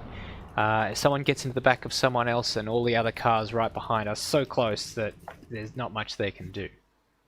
Right, you are, Stairs. That's the warm-up session coming to a close now. And we take a look at our graphic for the Townsville circuit one last time here this evening. 19-lap race, 55 more kilometres to go this evening, and we'll be looking out for a lot of action happening on the breaks into turn 1 and turn 2. and a little bit more jostling for position in turn 3, especially in that opening lap. The field will start going single file through this twisty section here on the run into the chicane at 7 and 8.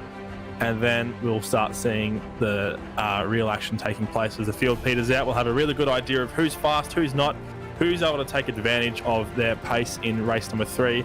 But turn 11 is a good hotspot as well, as is turn 13 for some late overtakes, especially at the end of the race when some battles are starting to peter out. So you really got to keep your eyes on the field for the entire 19 laps here at Townsville. Gridding up taking place now. You can hear the cars idling as the start approaches ever near. Looks like we've got almost everyone. Just one car I can see in the garage at the moment. Can't quite tell who that is, but looks like it's someone down in about 7th place maybe. Could be Jared Filsell. Indeed it is.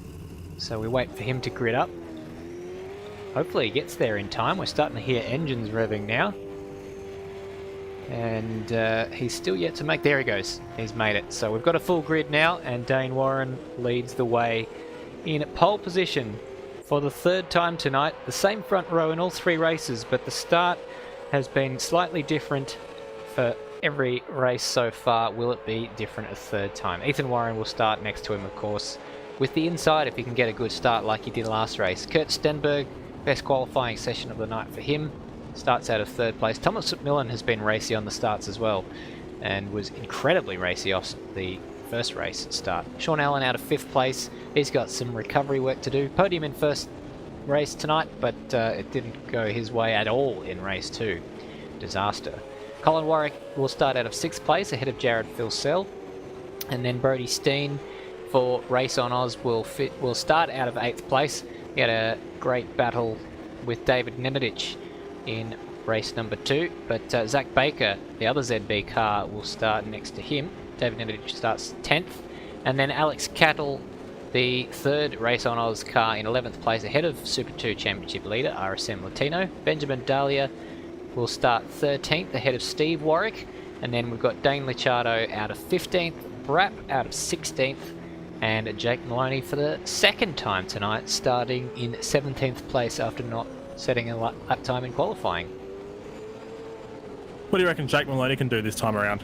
Do you reckon he can push up to where he was again, or will he even do better, or perhaps worse? Definitely podium is an there's a chance for a podium if there's a little bit of attrition and he stays out of trouble. He's a good chance of a podium. Might pit early again. But he does it, he sneaks up on you like a librarian, to use a Dennis Cometti quote. I couldn't believe when he was in 5th place. I hadn't noticed him in the race, and the only reason I knew how many positions he'd made up in the opening laps was because I remembered that he didn't qualify. So he could, watch where he is after race 1. It'll be interesting. So we're awaiting a start. The lights are on, and for the final time in Townsville tonight, jump start from Kurt Stenberg. He bobbled and he has to pay the price as a result. What a disaster there for Kurt Stenberg. Off the line though, Thomas McMillan's had a decent start, but it's Ethan Warren who by far has the greatest start. Shaun Allan round the outside looking to take 3rd place away from Thomas McMillan, and Dayne Warren fighting back against his brother as well. What a shame for Kurt Stenberg. He just got really nervous there on the start and lost a lot of time, and he's going to have to pit for a drive-through penalty as a result of that. So that's a big shame for him. Jake Maloney, I've been keeping my eyes on him this race because I want to see how well he does. He's already up 6 places and not even through turn 5 yet. Wow, so already a huge amount of action as Dayne Warren looks down the inside of Ethan Warren. Ethan Warren's had a mega starts all night long. The same cannot be said, unfortunately, for Kurt Stenberg, who, despite that bobble, was down in 8th place. So it just goes from bad to worse because he has to take a tour of the pit lane for his troubles as well. Yeah, that's exactly right, and that promotes Thomas McMillan up to P3 with... Kurt Stenberg. Is it Kurt Stenberg or one of the Trans-Tasman cars is around? It's Kurt Stenberg. On the other screen, Jake Maloney was involved as well, but what a disaster for Kurt Stenberg. We'll try and find a replay for you. Meanwhile, Shaun Allan's challenging for the last podium spot at the moment. He's all over the back of Thomas McMillan. Jake Maloney is up to 10th at the moment. We can see him on the screen.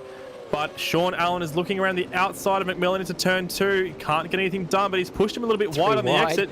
He's going to go for the crisscross. And now I think Jared Filsell is going to take advantage. He's going to be up the inside of Thomas McMillan, but he won't be able to get anything done. So Shaun Allan is up into P3, and now Filsell's got the spot into 4th.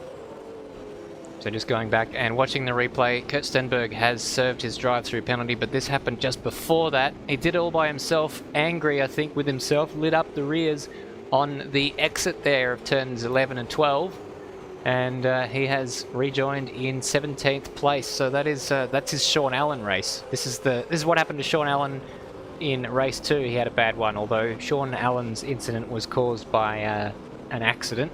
Kurt Stenberg's was caused by a penalty and then a bit of frustration. It just shows how important it is to keep a cool head when things aren't going your way, because it's very easy under pressure from yourself to turn a bad race into an absolutely garbage one, as Kurt Stenberg has just done. He's already 30 seconds off the back of Brapp in 17th position.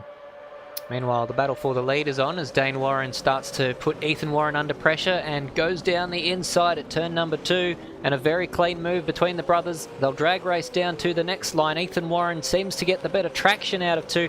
Dayne Warren is still there. Ethan Warren gives him the space, and again they're side by side. A little bit of a brush with the wall for Ethan Warren, and I think that might have cost him the position as well as his mirror. It certainly cost him a mirror. I think that position was... Whoa! Dayne Warren's gone very wide through 6, and he's gifted that spot back to his brother Ethan there. But Ethan initially gave up that spot on the run into turn 3 because he scraped the wall under brakes and lost a lot more pace than he would have liked. So Dayne Warren was able to carry a lot more pace. But obviously that's all for naught now, because Dayne Warren ran wide into turn 6 and Ethan Warren is back up the front. Meanwhile, behind them, Filsell is trying to get past Shaun Allan, but he can't get anything done. Allan is defending very, very well in 3rd. A little bit of a wobble there as Thomas McMillan gets into the back of Filsell, and this is a very tight battle for that last rostrum spot.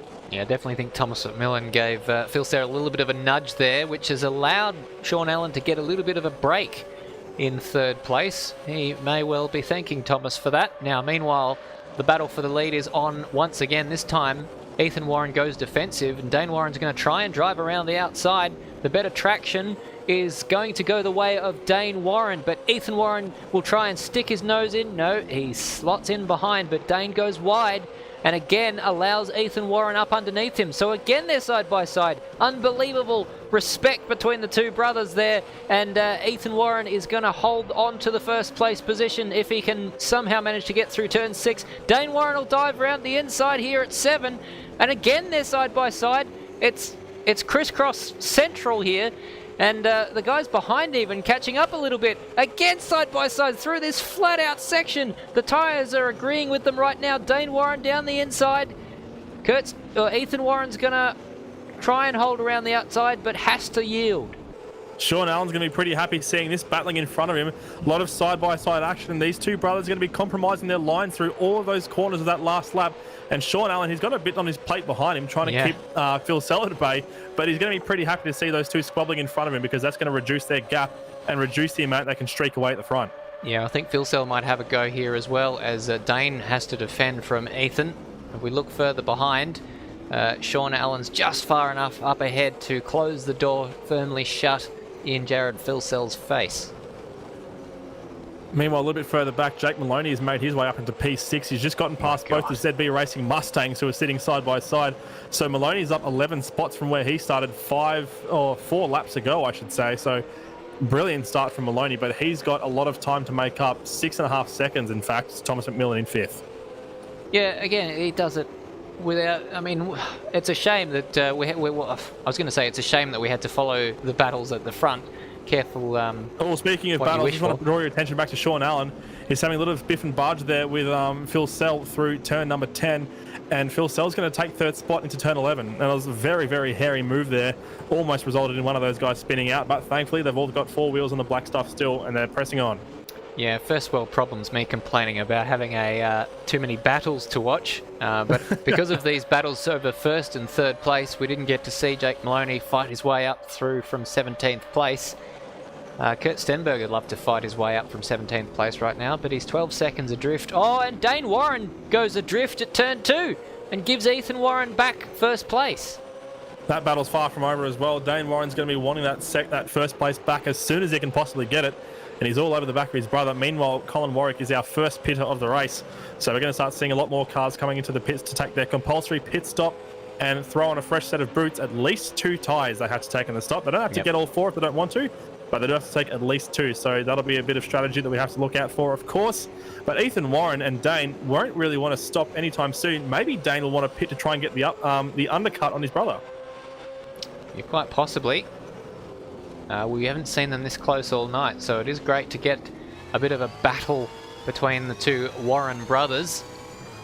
We're past that danger point with the safety car when the cars are all bunched up, so it is less likely now, having not had one on the first lap, which will be absolutely the last thing that Kurt Stenberg will want to hear right now. Yeah, absolutely, because that's going to make it so much harder for him to make his way back up into the field. He still has to take his pit stop as well, so once he does that, as the standings are at the moment, he'll find himself, well back. Speaking of well back, Dayne Warren's run wide again. He's made an uncharacteristic mistake there, has the championship leader, and that's given Ethan Warren a good buffer of about a half a second at the front. He did that on the previous lap. That's how he gave up second to Ethan. So I'm wondering if he's just struggling a little bit with brakes down into turn 1, or has he maybe he's got a flat spot from locking up somewhere, and that's causing issues under brakes down into turn 2. He's looked pretty neat and tidy for the whole race so far. Maybe just putting himself under a little bit too much pressure to try and reduce that gap to his brother at the front. But he's pulled out now to 1.1 seconds is now the gap between first and second at the front. But that's obviously fluctuating a bit as we go through the various twists and turns of this Reed Park circuit here in Townsville. Not to be confused with Reed Park at Bathurst, of course. I was going to say. It's a bit like Manucourt. All the corner names in Manucourt are named after other circuits, Estoril or Adelaide and such. Imola. I always found it strange that there's a corner on a French circuit named after Adelaide. Yeah. I wonder how they pronounce it. Adelaide. I'll have to track down a few of my French mates and vox pop them to see how they do pronounce it. But we do still have a race on our hands. It's a good time to take stock, actually. So just before you do that, I've noticed the cog on the onboard for Dayne Warren. He might be trying the undercut you mentioned, Matty. He possibly may well be, indeed. I'm not sure if they're going to be taking a huge amount of fuel in these stops, if any at all. They probably won't be. They can do it on one or without having to refuel. So I guess there's not really much of a need to refuel unless you want to start with a lighter fuel load at the start of the race. But that would mean that Dayne Warren will be wanting to come into the pits pretty soon. So I'll take stock before the pit strategy starts playing into things too much. We've got Ethan Warren leading his brother Dayne at the front of the field at the moment. And Dayne is coming to the pits indeed. So Dayne Warren's going to take his pit stop. Shaun Allan, as a result, will go up into second position with Thomas McMillan in third. Who have we got? Jared Filsell will go into fourth position. And that's a good battle for second at the moment between those three there. Jake Maloney is up into fifth with Zach Baker in P6 ahead of his teammate David Nenadich in seventh. We've got Brody Steen in P8 at the moment. They're all just tearing down the main straight at the moment. RSM Latino is in 10th, ninth position, I should say, with his rival in the Super 2 Series, Benjamin Dahlia, right behind him in 10th. Steve Warwick is up into 11th position with Dane Licciardo in 12th. Alex Cattle is in 13th, and he's just pitted. So Brap will be 14th. No, now I'm just messing with my own positioning. Brap is 14th after getting past Alex Cattle in the pits. So Dayne Warren is back down to 13th now. So Dayne Warren is back 13th, and he's 39 seconds off the lead. So Brap is in P14 with Kurt Stenberg up to 15th from back of the field where he was at the moment. Alex Cattle will rejoin the field in 16th if he doesn't get passed by Colin Warwick, who has already pitted.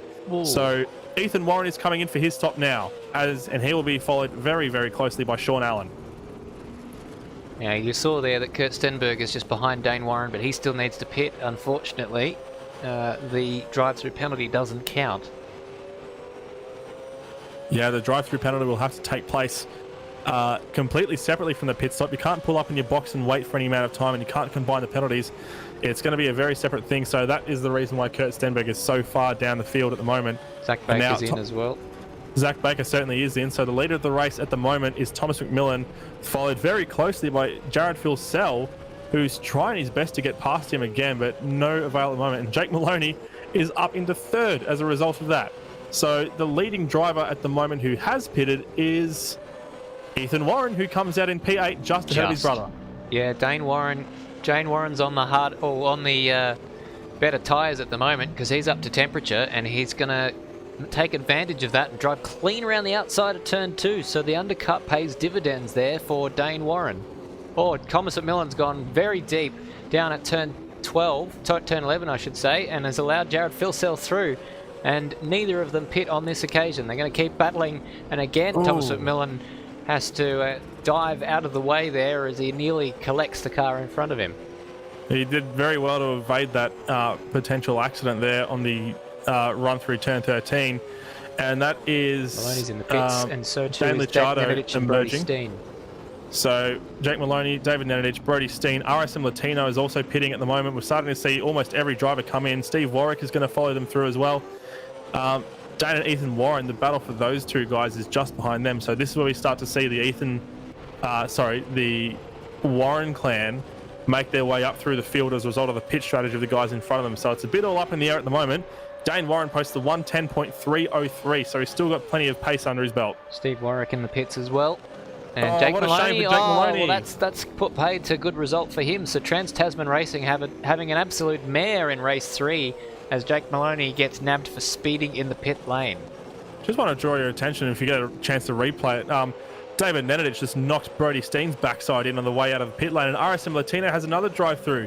So Brody Steen, and so does did you Brody say? Steen. Oh my goodness! Well, that's probably what happened there. The car in front was down to speed. Brody Steen wasn't. So this is an absolute. Well, it might be a bit of a gift for Kurt Stenberg. He might get a few positions back with this happening.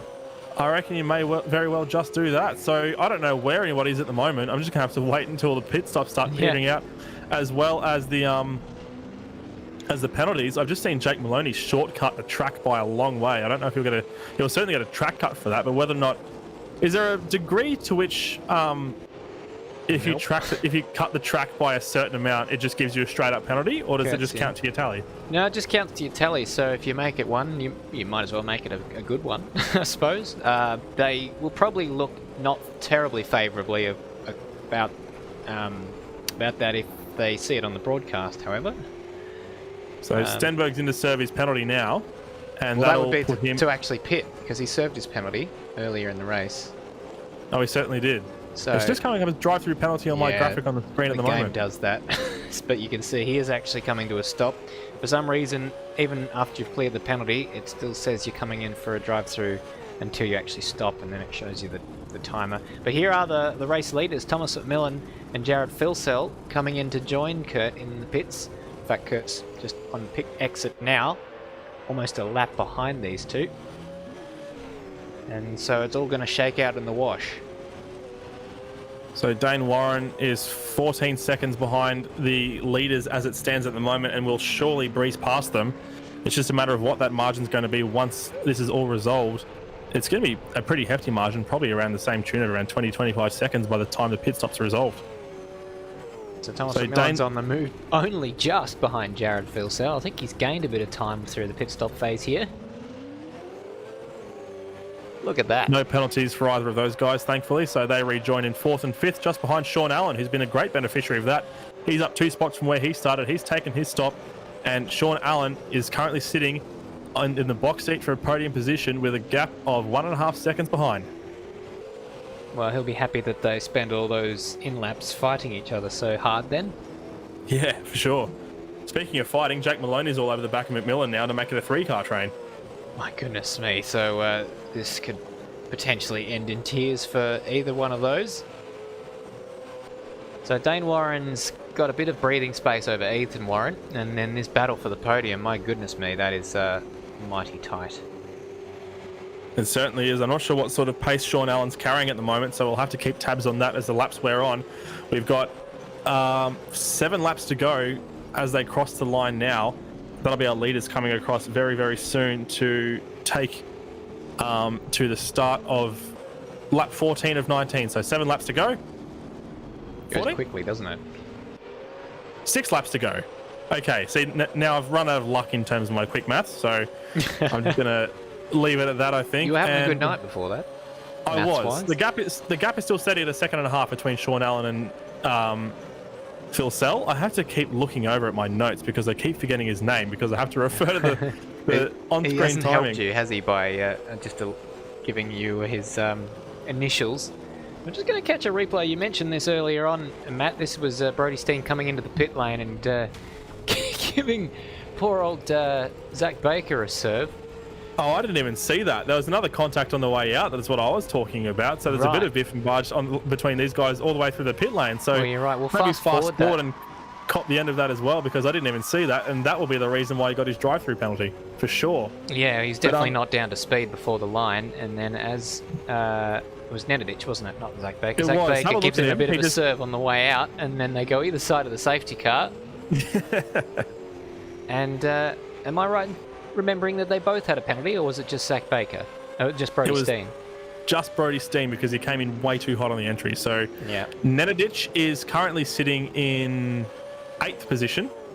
Zach Baker, was it Zach Baker or was it Nenadic? We never really deduced that, did we? It was Nenadic. 44 is Nenadic. P8, and his teammate Zach Baker is currently P6. So I think Jake Maloney is coming in now to either serve his penalty or to take a pit stop. That will be to... It's late. It is very late, so I'm guessing that's the service drive-through penalty, and it certainly is. So Jake Maloney is going to emerge pretty far down the order in 10th at the furthest. He may even be past... No, yeah, he'll stay ahead of Alex Cattle there, I think.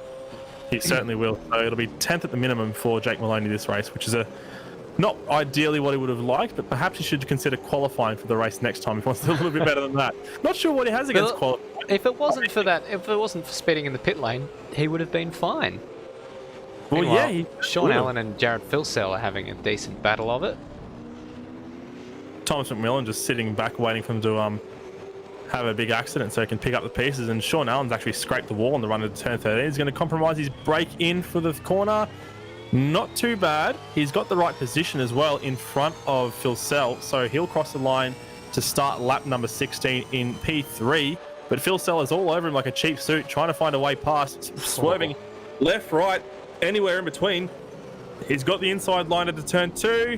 Oh, Shaun Allan's turned across him, and there's a little bit of contact. Nothing too harmful has happened as a result, but Thomas McMillan is all over them now, trying to get through. He's going to try and make it 3 wide if he's not careful, but he will sit behind, and they're still side by side. Filsell just nicks ahead of Allan for P3, but this battle is definitely far from over. Yeah, this is a ripping battle here. This is 3rd place honours on the line. Dayne Warren and Ethan Warren have bolted. They're 12 seconds up the road as Dayne starts to eke out an advantage over Ethan. Jared Filsell, for the time being, is going to stay. Now, looks like Shaun Allan made a mistake there over the curbs as Thomas McMillan has managed to get ahead of him. He certainly has. Thomas McMillan's got something to prove after crashing out of race 2 and only finishing 5th in race 1 after he ran at the front of the field before the safety car came out. So Thomas McMillan is going to be trying his absolute darndest to get onto the podium, but he's got to overcome Filsell first before he can get there. Here's the replay of what Shaun Allan did. So here he is. He was just behind Jared Filsell and then just got a little bit of a snap of oversteer over that first part of the curb, and that's where Thomas McMillan was able to slot through. He did well to keep it out of the fence, as a matter of fact. It was a big snap oversteer, and he just jumped on the brakes to make sure he didn't lose too much of his bumper. And Jake Maloney's actually pulled into the garage to retire. So 16 runners left in the race. That promotes RSM Latino up to P16, which is now last place on the grid. So we've had a couple of... so it's a pretty poor result, unfortunately, for Jake Maloney. It's a shame to see him down there. But it is good to see that he's got some great pace in that Trans-Tasman racing car. The other Trans-Tasman racing car, Kurt Stenberg, on the recovery trail after jumping the start and spinning on the opening lap. He currently sits in 11th place. He was one of the beneficiaries of Brody Steen's penalty, and he's about a second behind Alex Cattle, so he might find himself up in the top 10 after all that. 2 laps to go, or it will be 2 laps to go once these guys round the 13th and final corner of this lap. Dayne and Ethan Warren, meanwhile, are well ahead on their second last lap as it stands, and there's a little bit of a gap now forming between Filsell and McMillan of around about half a second. So Shaun Allan's fallen off the back of that group. He's not going to be able to challenge, and he'll finish no better than 5th, which is a shame for Shaun Allan because he was looking pretty good in terms of championship standings and early race pace. He's had a lot of that in the past few races, well, the 3 races we've seen so far tonight. But he just hasn't been able to convert that pace for the entirety of the race, unfortunately. So he's going to fall back to P5, and he'll be resigned just watching the battle in front. Meanwhile, in talking of battles, Kurt Stenberg's going to make his way past Alex Cattle and into P10. Yeah, Alex didn't fight that one too much. So Kurt Stenberg makes that position, and so top 10, I think he probably would have taken that if you'd given it to him on the end of the first lap. Meanwhile, Thomas McMillan is making a fight of this, as Jared Filsell's made a bit of a mistake, I think, at some stage, and swoops across to the inside to defend the line from Thomas McMillan. And Thomas is going to cut up underneath him. A little bit of a bump there as Filsell struggles to get onto the power and concedes the spot. Filsell goes down the inside of the final corner there. An absolutely opportunistic dive there, which Thomas McMillan probably should have seen coming, because he would be the first to do that kind of move. And they're going to drag race all the way down to turn 2. I think I've written Shaun Allan off a little bit too early. Look who's back in the mix now. He's well up on the back of the... Whoa! Big moment there for Filsell. He clipped the inside of the wall through turn 1 and unsettled himself in a big way. And Allan's going to have a look up the inside. He spun him! Oh, Shaun Allan, unfortunately, I think he might be finding himself in front of the stewards for that one. He spun him around. I looked up at the wrong time. I might have to catch a replay of that. But yeah, you're bang on the money there, actually. I think that's pretty much what happened. It wasn't a huge amount that Allan could have done, except for maybe judge his entry into the braking zone a little bit better. I think he was just a little bit too hot on the brakes and had nowhere to go by the time he found himself up the inside of Filsell. And that's put him well back. He hasn't been passed by anyone, so Filsell hasn't lost any more spots other than the 2 that he had. So he's down in a 5th position, and he's got Zach Baker, the closest car behind. Dayne Warren's winning the race. It happened again quicker than we thought it would. Dayne Warren is going to lead his brother Ethan home to win the race, and Thomas McMillan is going to buy Shaun Allan a beer, because as a result of spinning Filsell, Shaun Allan has allowed Thomas McMillan an unopposed run at that final spot on the podium. But it was a great battle up until that point, wasn't it? Geez, time really flies, doesn't it? I completely forgot we had a race winner about to cross the line there. Even though I made sure I reminded myself there's 2 laps to go here, I just completely lost track. So Filsell finishes 5th on the track, and we've got Zach Baker just behind him in P6. David Nedich crosses the line 7th with a fair amount of road in front of him. Benjamin Daly does a pretty great job to finish in P8 there, with Colin Warwick coming across the line in 9th. And Kurt Stenberg, after that disastrous race with the penalty and the spin, will recover to 10th.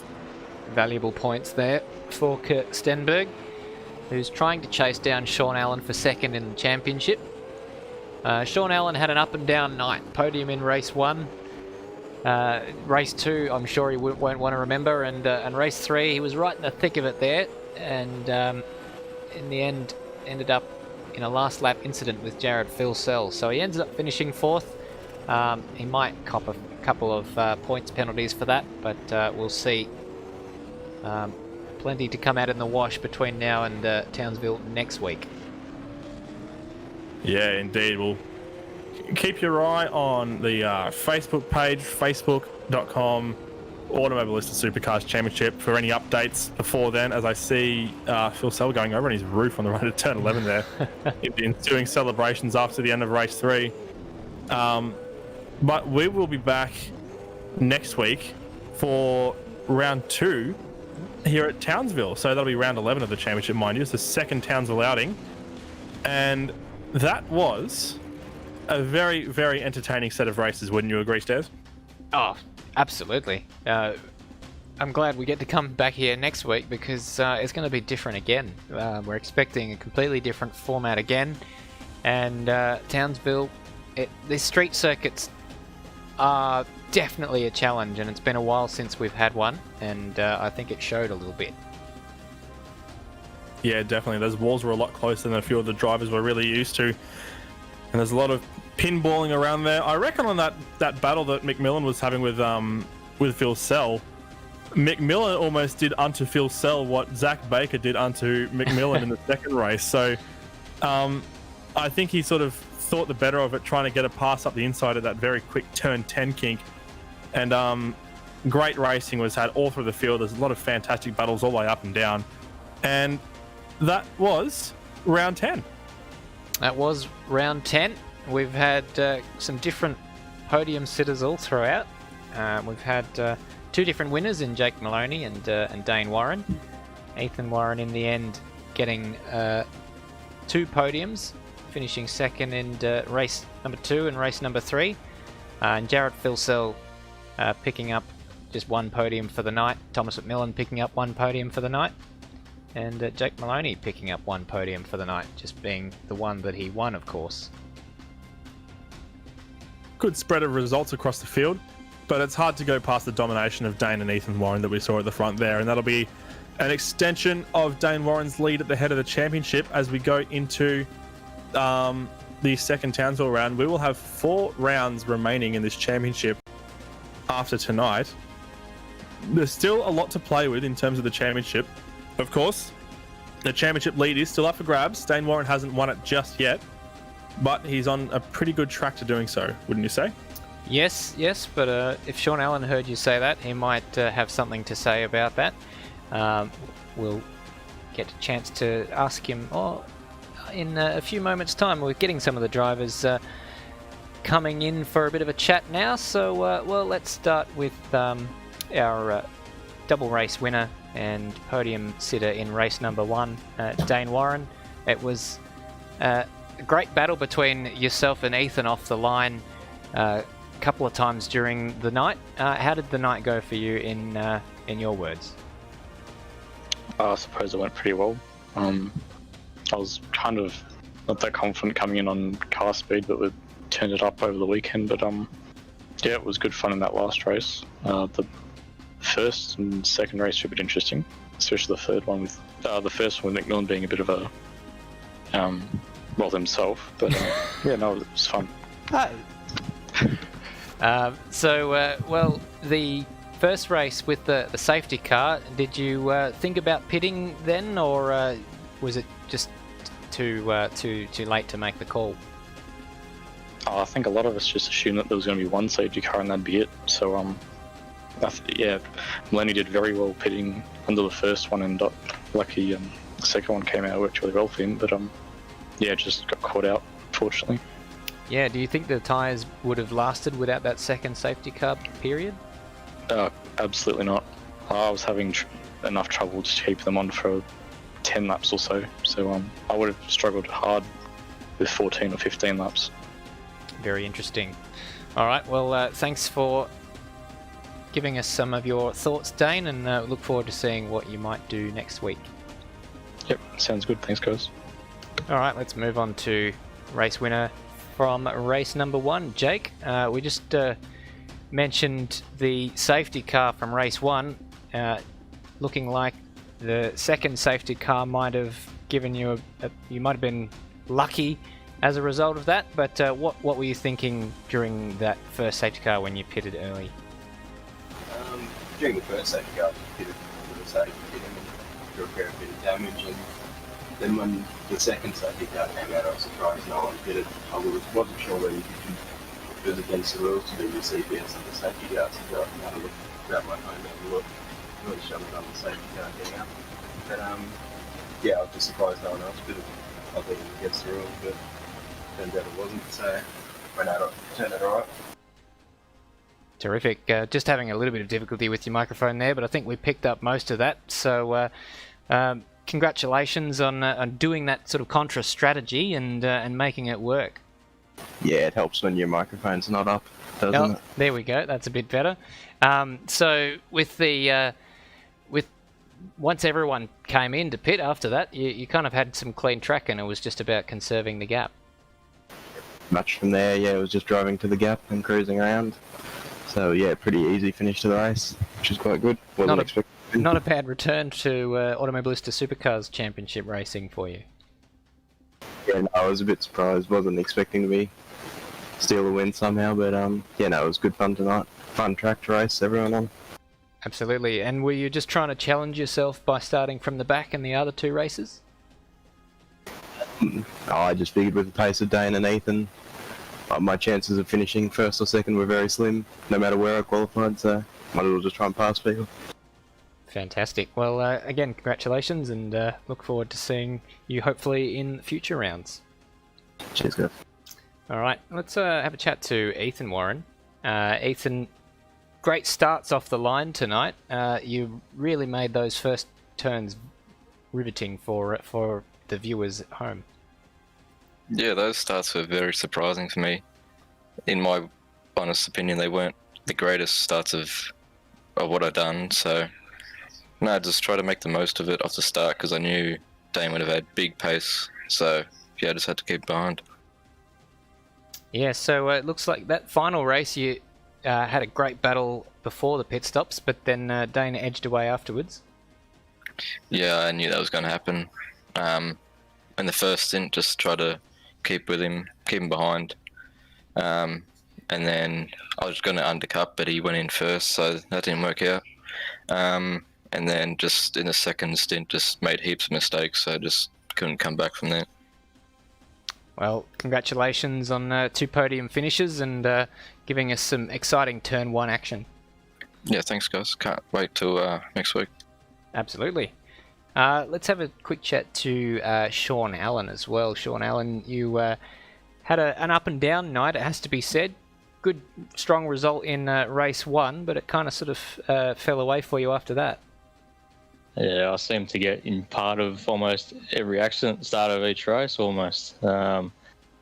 Race 1, got caught up in both. They brought out the safety cars, and my teammate Brody made a genius play and told me to pit for hards. So I decided to do that, and yeah, was able to pull out a second place. Luckily, because of that second safety car. And race 2, I don't want to talk about. Fair enough. I got spun out and just had to cruise around on hards for the rest of the race. And race 3 was a bit of fun, racing against Phil Cell and McMillan there. Shame about the last lap contact with Phil Cell, but yeah, good fun otherwise. Absolutely. Well, congratulations on the podium in race 1, and hopefully you can make a cleaner night of it next week. Yeah, fingers crossed. Thanks, mate. No worries. Speaking of Jared Filsell, 3rd in race 2 and was right in the mix for the 3rd place position in the battle in race number 3. Ended up finishing 5th. How did you find your night from not racing in Automobilista Supercars for, I think this is your first round in this championship?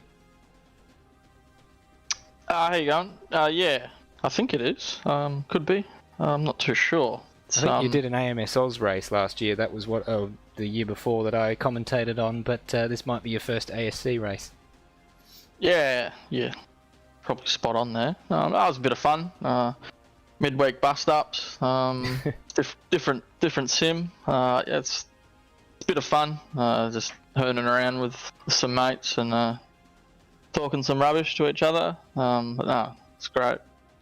Well, how did you find it getting up to pace? Is it something that you find you can do fairly quickly with the new sim Automobilista? It takes how much practice did you have?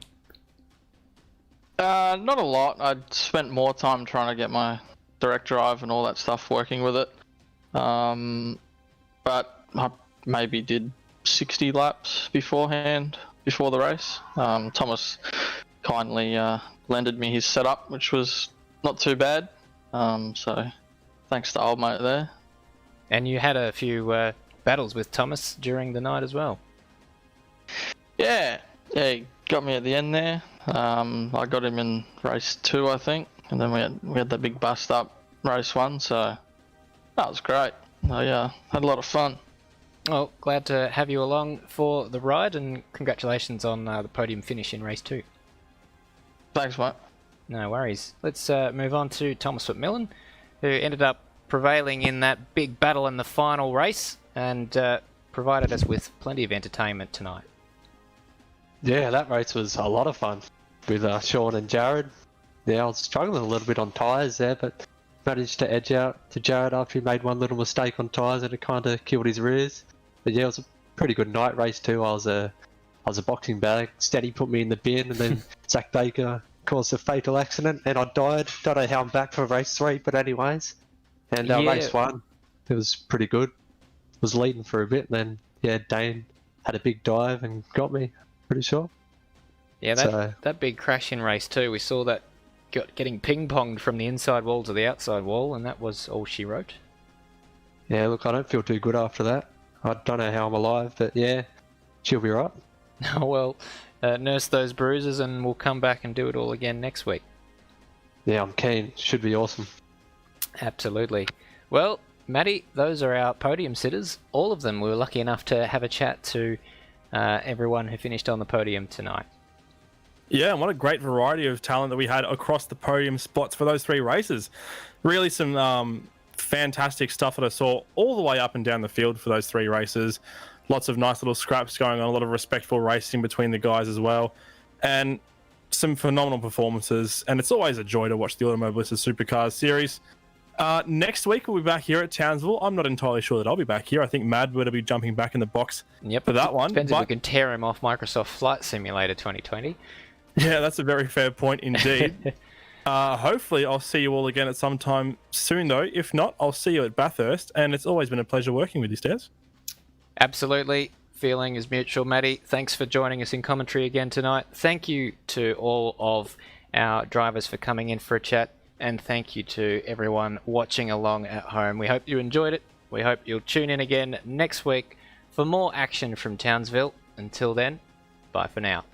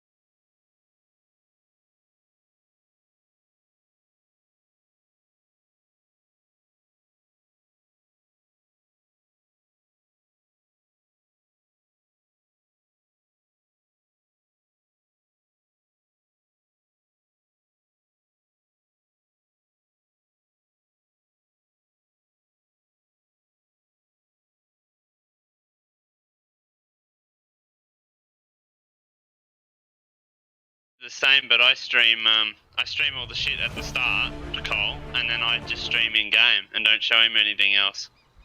Is all the in-game footage pre-recorded? Oh yeah. All this shit is, I pre-record that ahead of time. It's just like a 30-second slow-moving zoom. If I had to do that while I was talking to you guys, I mean, I'd be worse at it than I am now. But yeah, we try, like, all the break. All the information you want about the Automobilista Supercars Championship is now all in one place. Visit asc.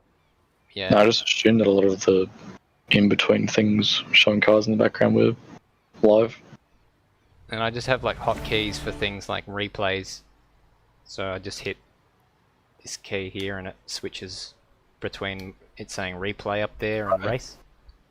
Oh yeah. Obviously it looks more normal when you're actually in a race session, but yeah, the thing up here is supposed to oh, you can't see my cursor, can you? Well, can you see my cursor? I can. Yeah. Okay. Yeah, so this bit here just lines up with the timing, which I made a little bit wider. There's like a config file or something somewhere where you can make the names wider, because it was cutting everyone's names off if they were too long. I'm just going to say you're still live. Yeah, I know. On YouTube. On YouTube? Yeah. On YouTube.